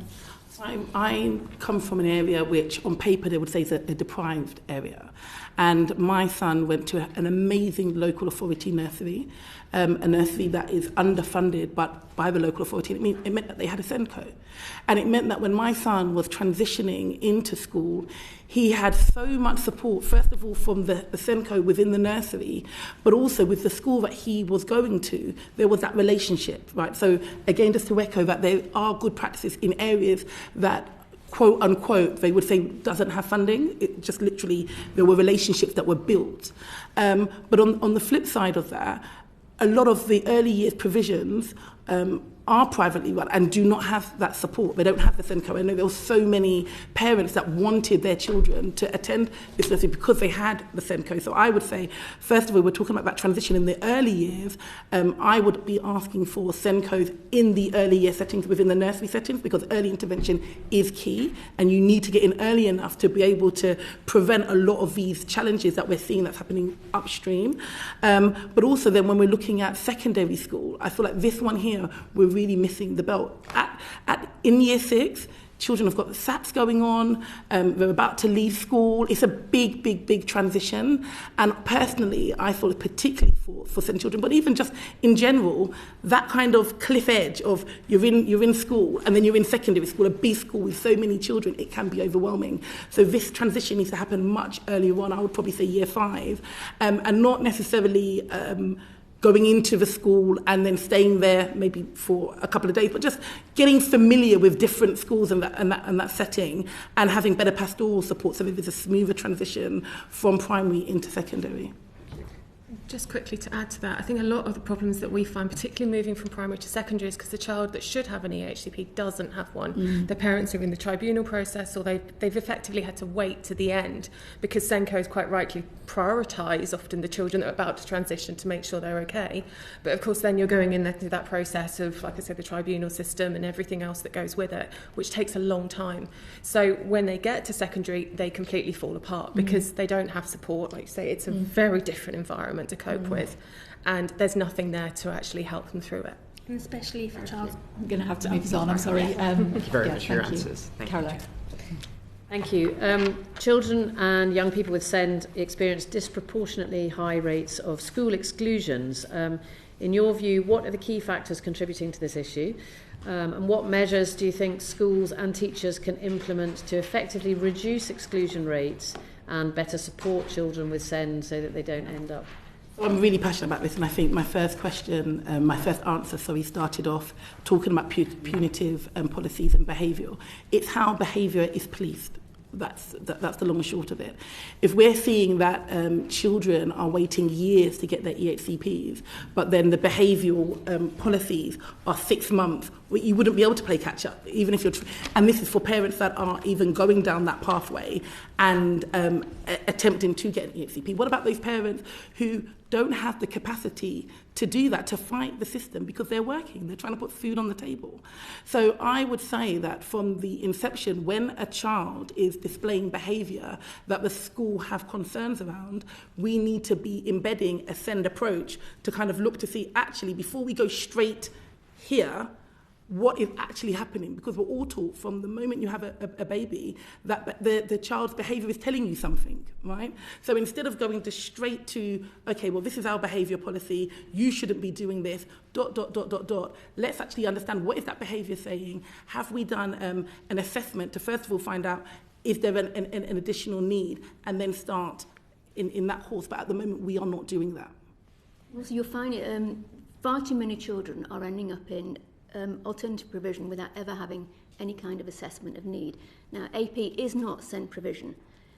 So why is it that schools are not taking the time to assess the children for, exactly as you said about the differences in cultural behaviour as well. Instead of saying, well, is this a special educational need, let's do an assessment, you're just out. You're out into alternative provision, whereupon children do get an assessment and then they are found to have some kind of SEND, which could have happened within the mainstream and they could have had the support. So we really think that this should be banned, and we don't think that a school should be allowed to exclude a child until an assessment of need has been carried out. I'd like to build on what Tanya has said. I think there's something around having a multidisciplinary approach, particularly around exclusions, to really understand from all different areas across health, social care and education as to what the needs of that child are, and actually is it something more than naughty behaviour, as some schools would describe it, because punitive measures and putting children out of education is not the way, and we're not effectively safeguarding these children, the local authority, when they're out of placement, and it really impacts on the outcomes of those children and young people, and obviously recent cases, not SEND related, but outcomes for children that haven't been in school. And also I think there's something around exclusions are frequently used to off-roll children. So if they don't meet the school's criteria, if they're going to impact on the league tables, it's okay, just ignore it. if they're going to impact on the league tables, we there are some schools that won't accept a child with SEND or will off-roll that child with SEND, and that also needs to have greater accountability. A few years ago, the government funded the Timpson Exclusions Review, and even of the points that it said that recommendations said it would carry out, it still hasn't done most of that. So I really think that if you haven't looked at the Timpson Exclusion Review yet, that you take a good look at that. There are also some programmes out there that do show that other methodology can work and work really well. And I think we are in a very much a sort of one-size-fits-all when it comes to our education system. And often kids that have been excluded are, as you say, it's communication. That form of learning is not working. A good example of this, I've recently done some work with Delalio Rugby Works, and they have at the moment, I think their latest statistics is a 98% success rate in getting kids back from either excluded or on the ridge of being excluded to going into either some sort of employment, further training or education. There are programs out there that can be really successful, but I think we just need to open up a little bit to what they are and not just expect everybody to go through the same sort of methodology. Thank you. Sarah. Yeah, I'm conscious of time, so maybe a couple of you want to take this and then we'll keep pushing forward. To speak now about the cliff edge that parents often talk to me about, which is that post-16 transition, and the world feels quite scary at that point, particularly for parents and carers of children with SEND. So how can the system take steps so that the teams and professionals and teachers around those children can continue to support them on their journey and to improve that key transition? I think when the Children and Families Act came in, it was brand new for post-16 because there hadn't been statutory provision before. So this was new then, and I don't think that it has properly been embedded yet. I mean, it is too easy for, also if a child with SEND comes along to post-16, well, how about travel and tourism for you? How about one of those lesser academic courses, instead of really looking at what that child's interests are and how they can be supported. My own son went from a specialist school back into mainstream sixth form. His support was not replicated there, even close, and he ended up, failing his ASs as a result when he'd got A stars in his specialist school. So, and that situation hasn't changed. So really more help, more imagination to see what young people can do. Our co-director's daughter, a little bit older than post-16, but she's now doing a work fit with Down syndrome, the scheme where she's been working in H&M, doing fantastically well. So just more creative thinking. Yeah, well, our work, particularly with black and marginalised families and community groups across London, tells us there's a significant concern, especially around that post-16 transition. at a time when particularly our children are mostly at risk of criminalisation. So this is really, really important that we're getting underneath the bonnet early on. To reduce the likelihood of a failed or difficult transition into further education and employment, we believe that transition plans, just like what we said with the early years, they need to start early on. It's happened so late. It's like these big cliff edges that just keep happening, and it means that children, especially children who have additional needs, are not able to adjust or transition smoothly, and also the school system or the work system that they're going into are not able to have that time to be able to also prepare for that transition. So we believe that the Department for Education, local authorities and schools must ensure that the plans that are then put in place for these young people are regularly updated to reflect any changes in the student's life or needs, supporting them as they move into adulthood with the necessary skills and confidence to succeed in further education or employment. Anyone else want to come in quickly? No. I want to ask about funding. So we heard from one of the witnesses on our previous panel that money that is in the SEND system at the moment isn't always spent very well, and certainly we know that it isn't achieving the outcomes or the level of service that are needed. Do you have views about how the funding that is already within the SEND system should be allocated, how there can be kind of more transparency for how it's spent and how it can be used to deliver better outcomes for children? Yeah. In short, it should be given to the families that are supporting or filling in the gap that the government is not currently filling at the moment. So many groups are coming out, and probably that's why a lot of us are here on the panel today to fill in these services. We start off as parents advocating for our own children. Another parent comes with their own concern, we start helping those, and then the next minute we literally as parents have a caseload. We don't know about funding applications, we don't know about the law at that time. We're just parents that are really concerned about the children in our community. So we believe that there needs to be better funding and better support for a lot of these community groups that have come in to fill in these statutory services, and money should be supported to go into them so they can scale up that work, because there is that peer support that's already happening. How can we scale that so that there's a safe and inclusive environment for these parents? I think that there are significant resources that will be wasted fighting for support, which should be given without having a statutory plan. And I think within the system, and I think we've heard from the previous panel, there is an over-reliance on EHCPs from parents because the system is not supporting them when it should do. And actually, if we're giving children and young people the support that they need earlier, we wouldn't be seeing them moving into more independent provision, complex care, tier 4 provisions. An example I'll give you is a child and young person I know was struggling with planning his homework in a grammar school, was constantly getting detentions, and parents asked, "We don't understand all the apps, please can someone just once a week sit down with him and help him plan his homework and look at the timescales of his homework so that he can manage it in accordance with his that." That never happened. He developed an eating disorder and was in the Priory for 6 months. And so from what could have been a really cost-effective intervention to support a child, didn't happen. Anxiety came along, and we're then spending a lot more money. And I think when you look at that one case, it's not an isolated case. Mm-hmm. The numbers of our children and young people that are in tier 4 provisions is really increasing. The number of children and young people getting EHCPs is increasing. But actually, what we should be looking is better collaboration between health and social care and education to provide really early support. And it doesn't need to be a one-to-one support with a child. What works for a child with SEND works for a whole class. We need to be looking at how we can really celebrate our children and young people to engage in the curriculum in different ways. If we're forcing them down a curriculum pathway which isn't allowing them to thrive, we are creating mental health difficulties. So we need to be a lot more creative with the funding that we have in the system and how we use it. No one, not even the government, knows how much the SEND spend in education, health and social care as a total is. That is quite a shocking figure, isn't it? It's a shocking statistic.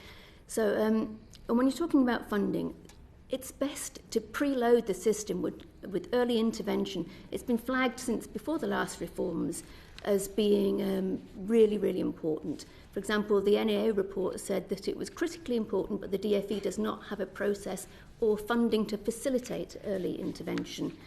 In schools, the SEN support budget, the delegated budget that Imogen mentioned, has not been increased for about 15 years. So it's worth half of what it was previously. So, and when it goes there, it doesn't go to the SENCO, it's part of the general school budget, so it doesn't get given to the SENCO, it doesn't get spent on SEN, it gets spent in another area of the school where it's just as equally needed, but it's actually supposed to be spent on SEN. So we believe it does have to be ring-fenced, it does have to be maybe renamed the SENCO budget, and so it has to be accountable. At the moment, it's completely murky. You don't know what a school spends its SENCO budget on. And so all those children who end up needing EHCPs end up being out of school, and there's far too many of them.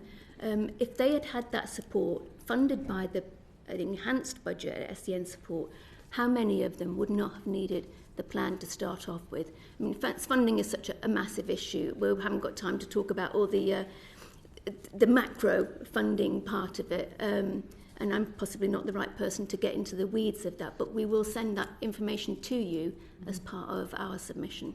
Thank you very much. Hayley? Yeah, just quickly, I think the structure where schools have to find the 6,000 on top of the initial 4,000 obviously every child is theoretically supposed to get does need to change. It is creating, I think we've got to be honest, schools are massively under pressure in terms for everybody, for all their children.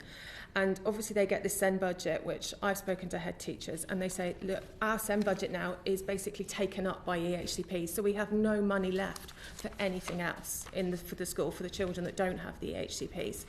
So then if you then turn around to school and say, well, can you take on more children with the HCPs? We're going to get to a point where they're saying no, and we do have that already. Some schools do say no, and not that they legally should, but that is what's happening. And so we need to change the system so that there isn't this like disincentive financially to take these kids, because they give so much back to obviously a mainstream class, but obviously if the money isn't there to give them the support they need, we're pushing them into a situation where actually it's not good for anybody. The direction of travel now is to create more resource provision, more units within schools. So where is the money coming for that? And also that the potential issues is that children will be moved into these resource spaces instead of being in the school with the rest of the children. And you need to make sure that if you're going to be an inclusive school, that doesn't become, resource provision doesn't become segregated. Yes. Sticking with that theme really briefly, what do you think the government should be doing to increase the capacity of the SEN system overall over the longer term? Obviously at the moment there is a focus on delivering more resource spaces in schools, but we've heard some other ideas as well, that there are also thoughts about kind of how to create a kind of accountable, inclusive mainstream. Just really briefly, if you can. Well, first of all, there needs to be more staff. There needs to be more support. I get shocked when I go into certain schools and I see there's a teacher in each class and one TA going in between. If we're talking about having more inclusive schools and we're saying we're going to do all this new training, but then we're not giving schools the capacity to be able to implement that training, then it's just lip service. So if inclusive schools is the talk that we're saying, then let's match that with money to make sure that the resources are in place for teachers to be able to actually truly deliver inclusive schools. I would also argue as well, we're not sufficiently planning for our population. We know children and young people when they're born, often with medical and complex needs. We know that in 5 years they're going to be in school. We know that in 10 years they're going to be looking at secondary school, but yet we don't incorporate that data. There isn't sufficient data set, and councils are not using that information to better plan their provision. And as a result, they're relying on the independent market to come in and fill those positions, but often at a cost and a profit to them. We need to be better at understanding what high cost provision will look like, how it needs to be delivered. We need to be better at working in collaboration across local areas, across ICBs, to manage and collaborate those budgets to better manage those high cost opportunities. And even the government's recent Delivering Better Values case review report has clearly identified that lack of early intervention as a major driver of problems.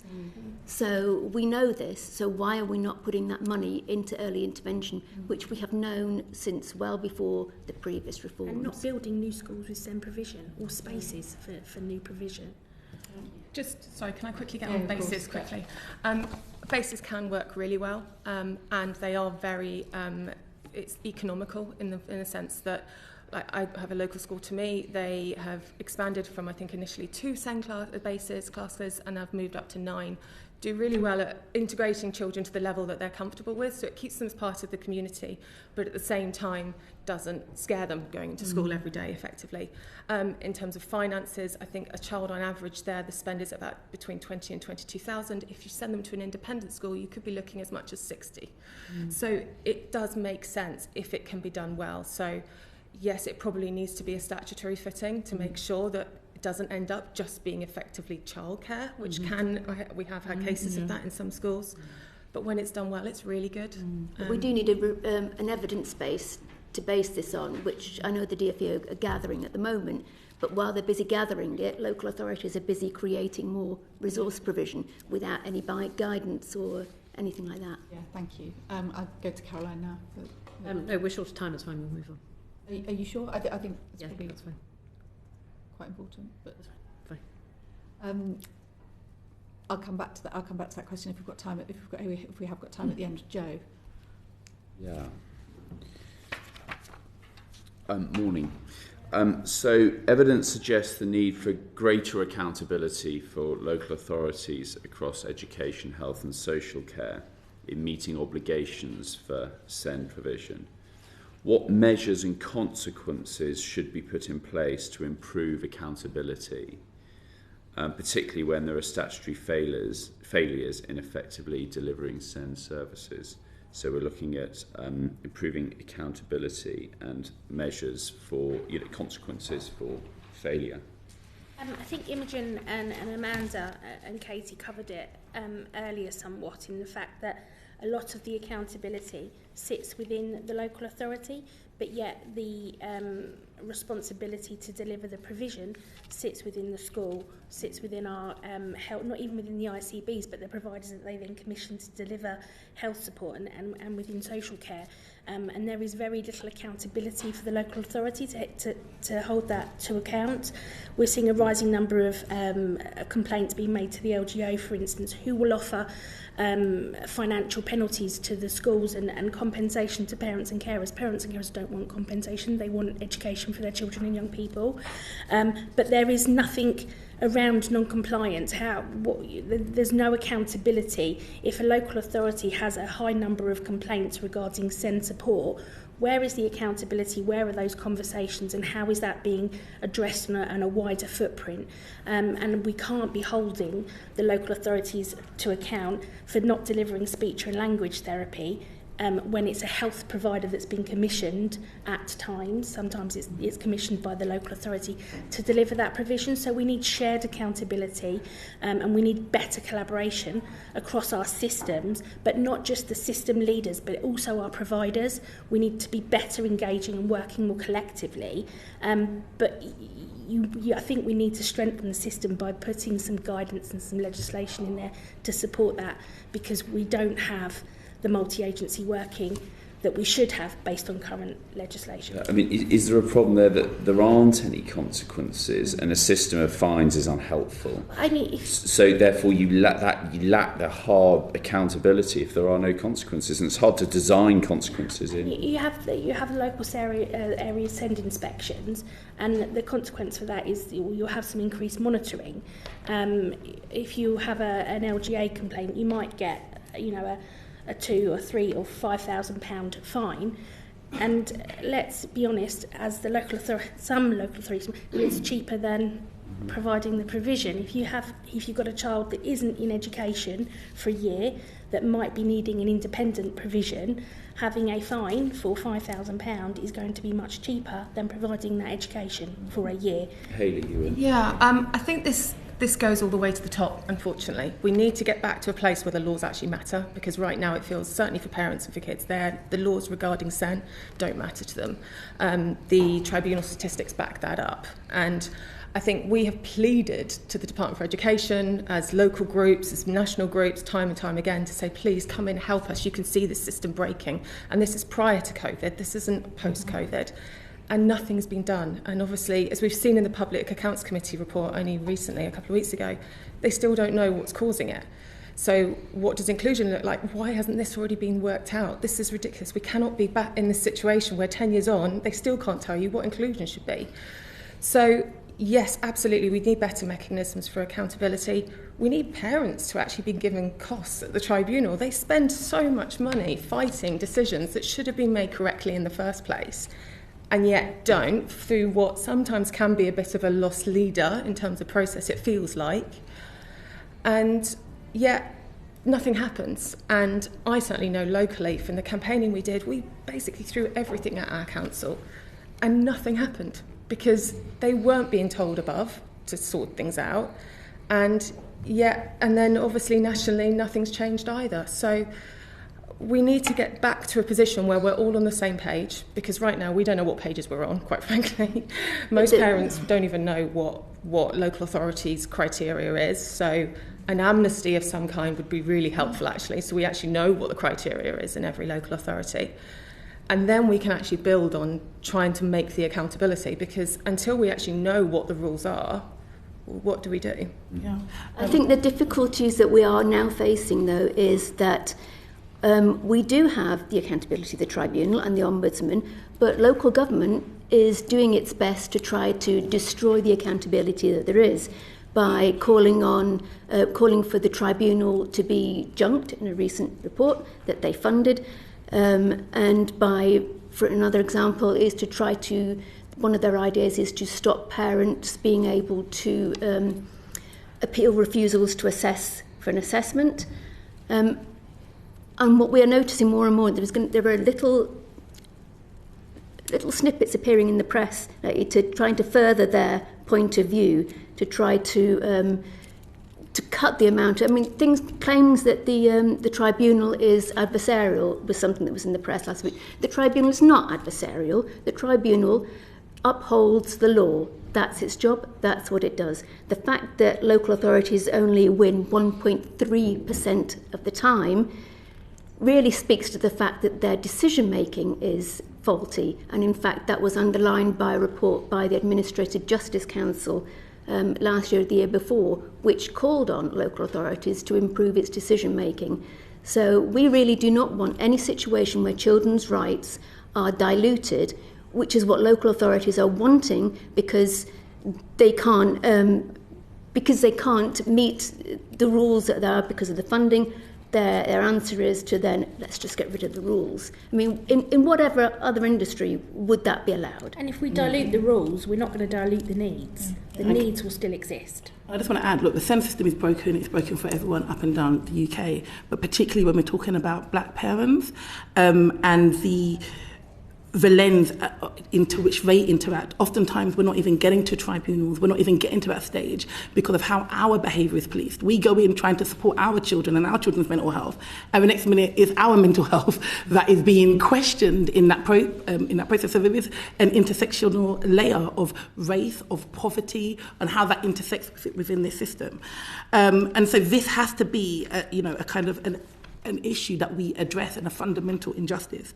Black women and leaders who are doing often unpaid work to fill in these gaps. I can't tell you the amount of women, the amount of families that we have to support that are stressed out with the system, not just because they're fighting for their children, but because of how their behaviour is policed as just being a black woman fighting and navigating that system. So for us, we want parent forums that are particularly led by black and diverse communities to basically be supported, for that lens to be understood. And also for Ofsted and local authorities, they must formalise partnerships with these leaders, pay them for their expertise, because I can't again express the amount of times where it's this issue of, we want to be more inclusive, we want to be diverse, we know there's these issues, can you come and give all of your resources, all of your knowledge, on top of having full-time jobs, on top of looking after children who have additional needs. Come and give this free labour, but there's no resources, there's no support to be able to do that.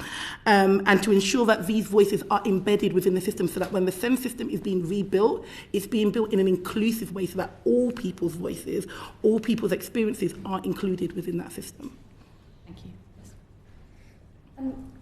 We've covered some of this already, but what improvements and safeguards can be implemented to ensure that accountability pressures on schools and local authorities do not lead to exclusionary practices, but instead promote inclusive approaches that support the needs of children with SEND? Well, this is something that Ofsted is looking at the moment to see how it can inspect inclusive schools. And, there are all sorts of things that it can do.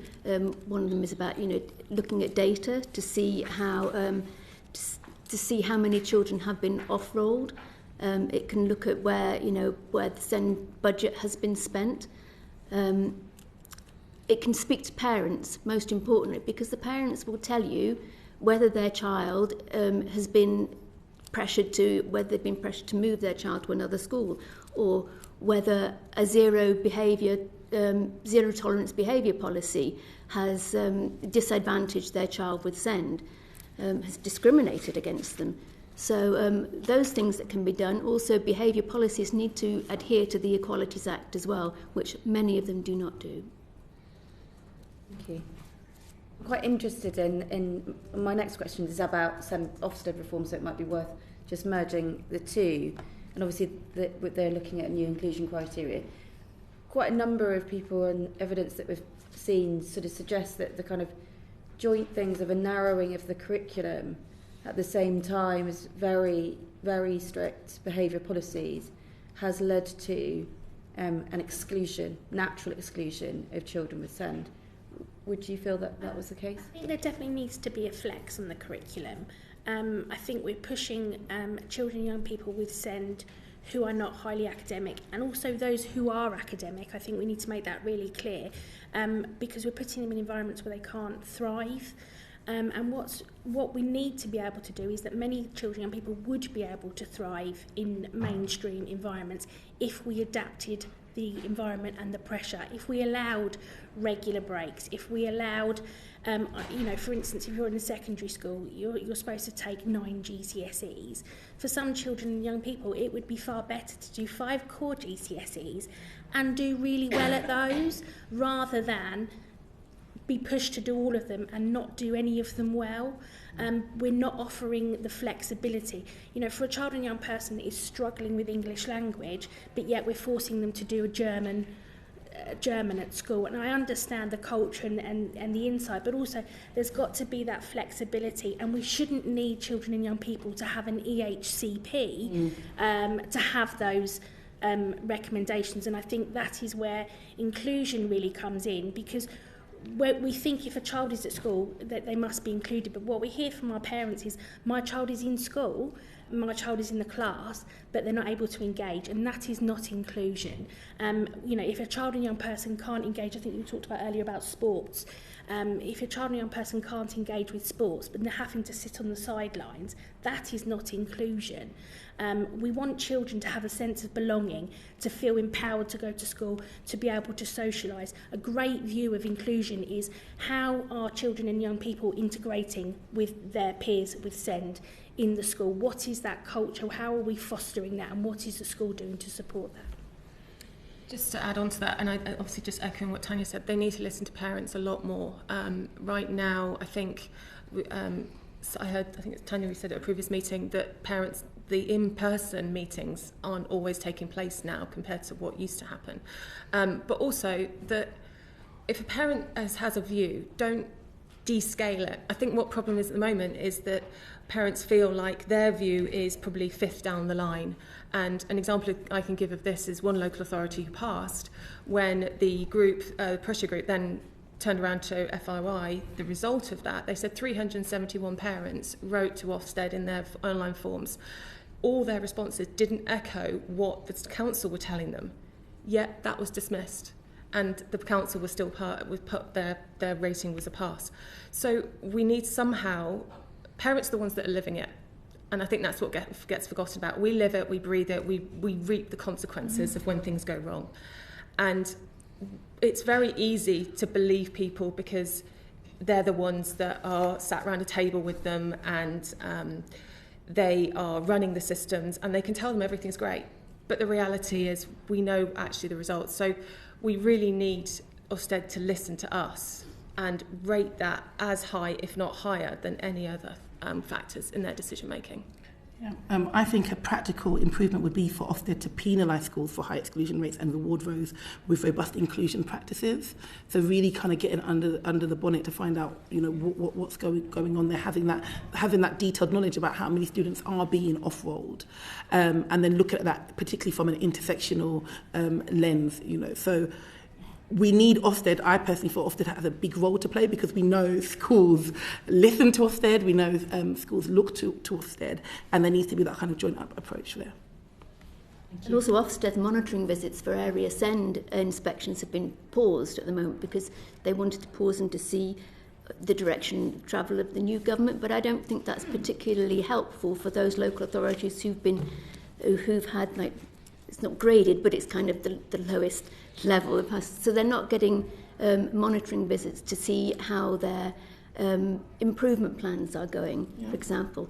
And I think what Hayley was mentioning there was how previously parents could go along to an open meeting and give their views of the area SEND inspections. But that was halted because the Ofsted, as I recall, said they got enough from the online surveys, and also some of the parents were too loud compared to the other parents, and it was very emotional. Now, I would say that was a meeting management problem, not a parent problem. So, you know, let's put the blame for that where it needs to be, and let's hear parents. And I just want to add, lastly, you know, when we're talking about tribunals and EHCPs and so forth, in one sense, and I mean, I've got an EHCP for my son, I see that as a privilege in some way, and we'll talk about how that's embedded. But there are so many families that are not getting to that stage. And they're not getting to that stage because they're turning up at the school, they're being told that their child is misbehaving, their child may be excluded, their child may be going to the prove, they're going to be on a temporary timetable, which means that parent now has to leave work, be pushed further into poverty if they're already if they're already, you know, facing financial challenges, to be able to fight for their system. So there's one part where there's parents, probably like myself, who know how to navigate the system to some degree, and we're still struggling with that. But then there's a whole other side of parents who literally are taken aback. They're trusting their schools and they're trusting the local authority to have the best need for their children. They don't know about SEND. They're just finding out about dyslexia, autism, as their child is presenting. They don't have any understanding, and their children are being failed. So I think there also needs to be a kind of a lens when we're talking about Ofsted, in terms of how Ofsted is involved with those, and looking at children who are not necessarily textbook, okay, this child's got an EHCP or this child's going down this route, but looking at children as a whole and seeing, okay, how are those behavioural policies being implemented in the first place? Can I just suggest something that is really important that could, in fact, help so many more parents? We used to have an independent supporter process when we were doing the transition from statements to EHCPs. These people supported holistically parents all the way through the system, and it was ended when the transition finished. We need to reintroduce that because it could smooth everything out. It could help prevent parents from, you know, not knowing what's happening, and I believe it could cut trips to the tribunal as well. Thank you. I'm going to just pass to Serena for a final question. Thank you, Chair. So what changes should be made to ensure that parents' voices are heard, that the voices are considered, and to strengthen parental engagement during area SEND and Ofsted inspections? We just covered some of that before with actually, you know, having that meeting back so you can. And if parents are upset in the meetings, they're upset for a reason. You know, it's because their children have been devastated by not getting the support that they need. And that loud parent is probably speaking on behalf of a whole load of other parents who don't have the confidence to speak up, and they're probably quite grateful that that parent has spoken. I think many parents and carers feel unheard, often blamed, quite often shamed when they're advocating their child and young person's needs. And And it's great filling out a form because we've all, if you have a child with disabilities, I think you have to qualify very quickly for a degree in form filling. So it's lovely to get a form and send it in. But what we don't hear from the local area inspections is the themes of what parents are telling us. And I think what then becomes the challenge for the parent carer forums, for the charities and the voluntary groups that are also inputting into those area inspections, is we then get a lovely report which doesn't really reflect what the parents were telling them. What those that support, those that are supporting the parents were saying. And if you've got it all over here and you've got 1,000 responses from parents who are saying it's not working well, how are we reflecting? What is the themes that are coming out? There is nothing in there that talks about that, and that really does need to change. For me, I feel like parents need to feel safe. We need to be able to feel safe to be able to participate in this process, and oftentimes parents don't. When children's behaviour is already being seen in a certain way, then definitely the parenting of that child is also then being viewed in a certain way. So oftentimes you get parents who do have concerns around their children or are navigating and thinking, actually, does my child have autism? Do they not? But because their behaviour is being policed in such a way, to be frank, they're fearing that social services are going to be on their door. They're fearing that maybe their child or children could be taken away. They're feeling judged, right? And they're not feeling safe. So until we create a safe environment for parents to feel like they can actually really raise concerns and they're not going to be judged, they want to understand the system better, they want to work together without fear of redress, then we're not going to get there. Equally, there's parents that we supported who are here legally but are going through the immigration process. And we're told that when they try and engage within the system, the first thing that's happening is they're being questioned and they then have to retract from even engaging, because when their visa comes up for review in maybe the next 2 years, if they have one kind of query or question that, they've been referred to social services or mental health, they may not be able to stay in the country. So oftentimes they come to me and they say, look, Agnes, we're not I know we talk at the school gate, but we're not like you. You can say these things, we can't, because our visa may not be renewed if we raise our head above and we advocate for our children. So those children are then being failed. So really we need a safe system. We're talking about parental engagement. If we're talking about equity, we're talking about inclusivity, it needs to be safe for parents to be able to actually engage in this process without feeling that they are now going to be judged or receive punitive measures themselves. Or investigated by social services, which happens, and have children taken away. On that note, which is an important note, I'm going to draw this to a close. Can I thank all of our witnesses for coming today? We deliberately designed the programme so that we heard first from parents and organisations that represent parents and organisations that provide services in support of parents, and that will set a context for the questioning that we undertake in our further evidence sessions, when we'll be hearing from young people themselves, but also from professionals that support them across a range of different professions as well, and from government ministers. So thank you very, very much for coming today. Thank you. Order. That concludes our proceedings for today.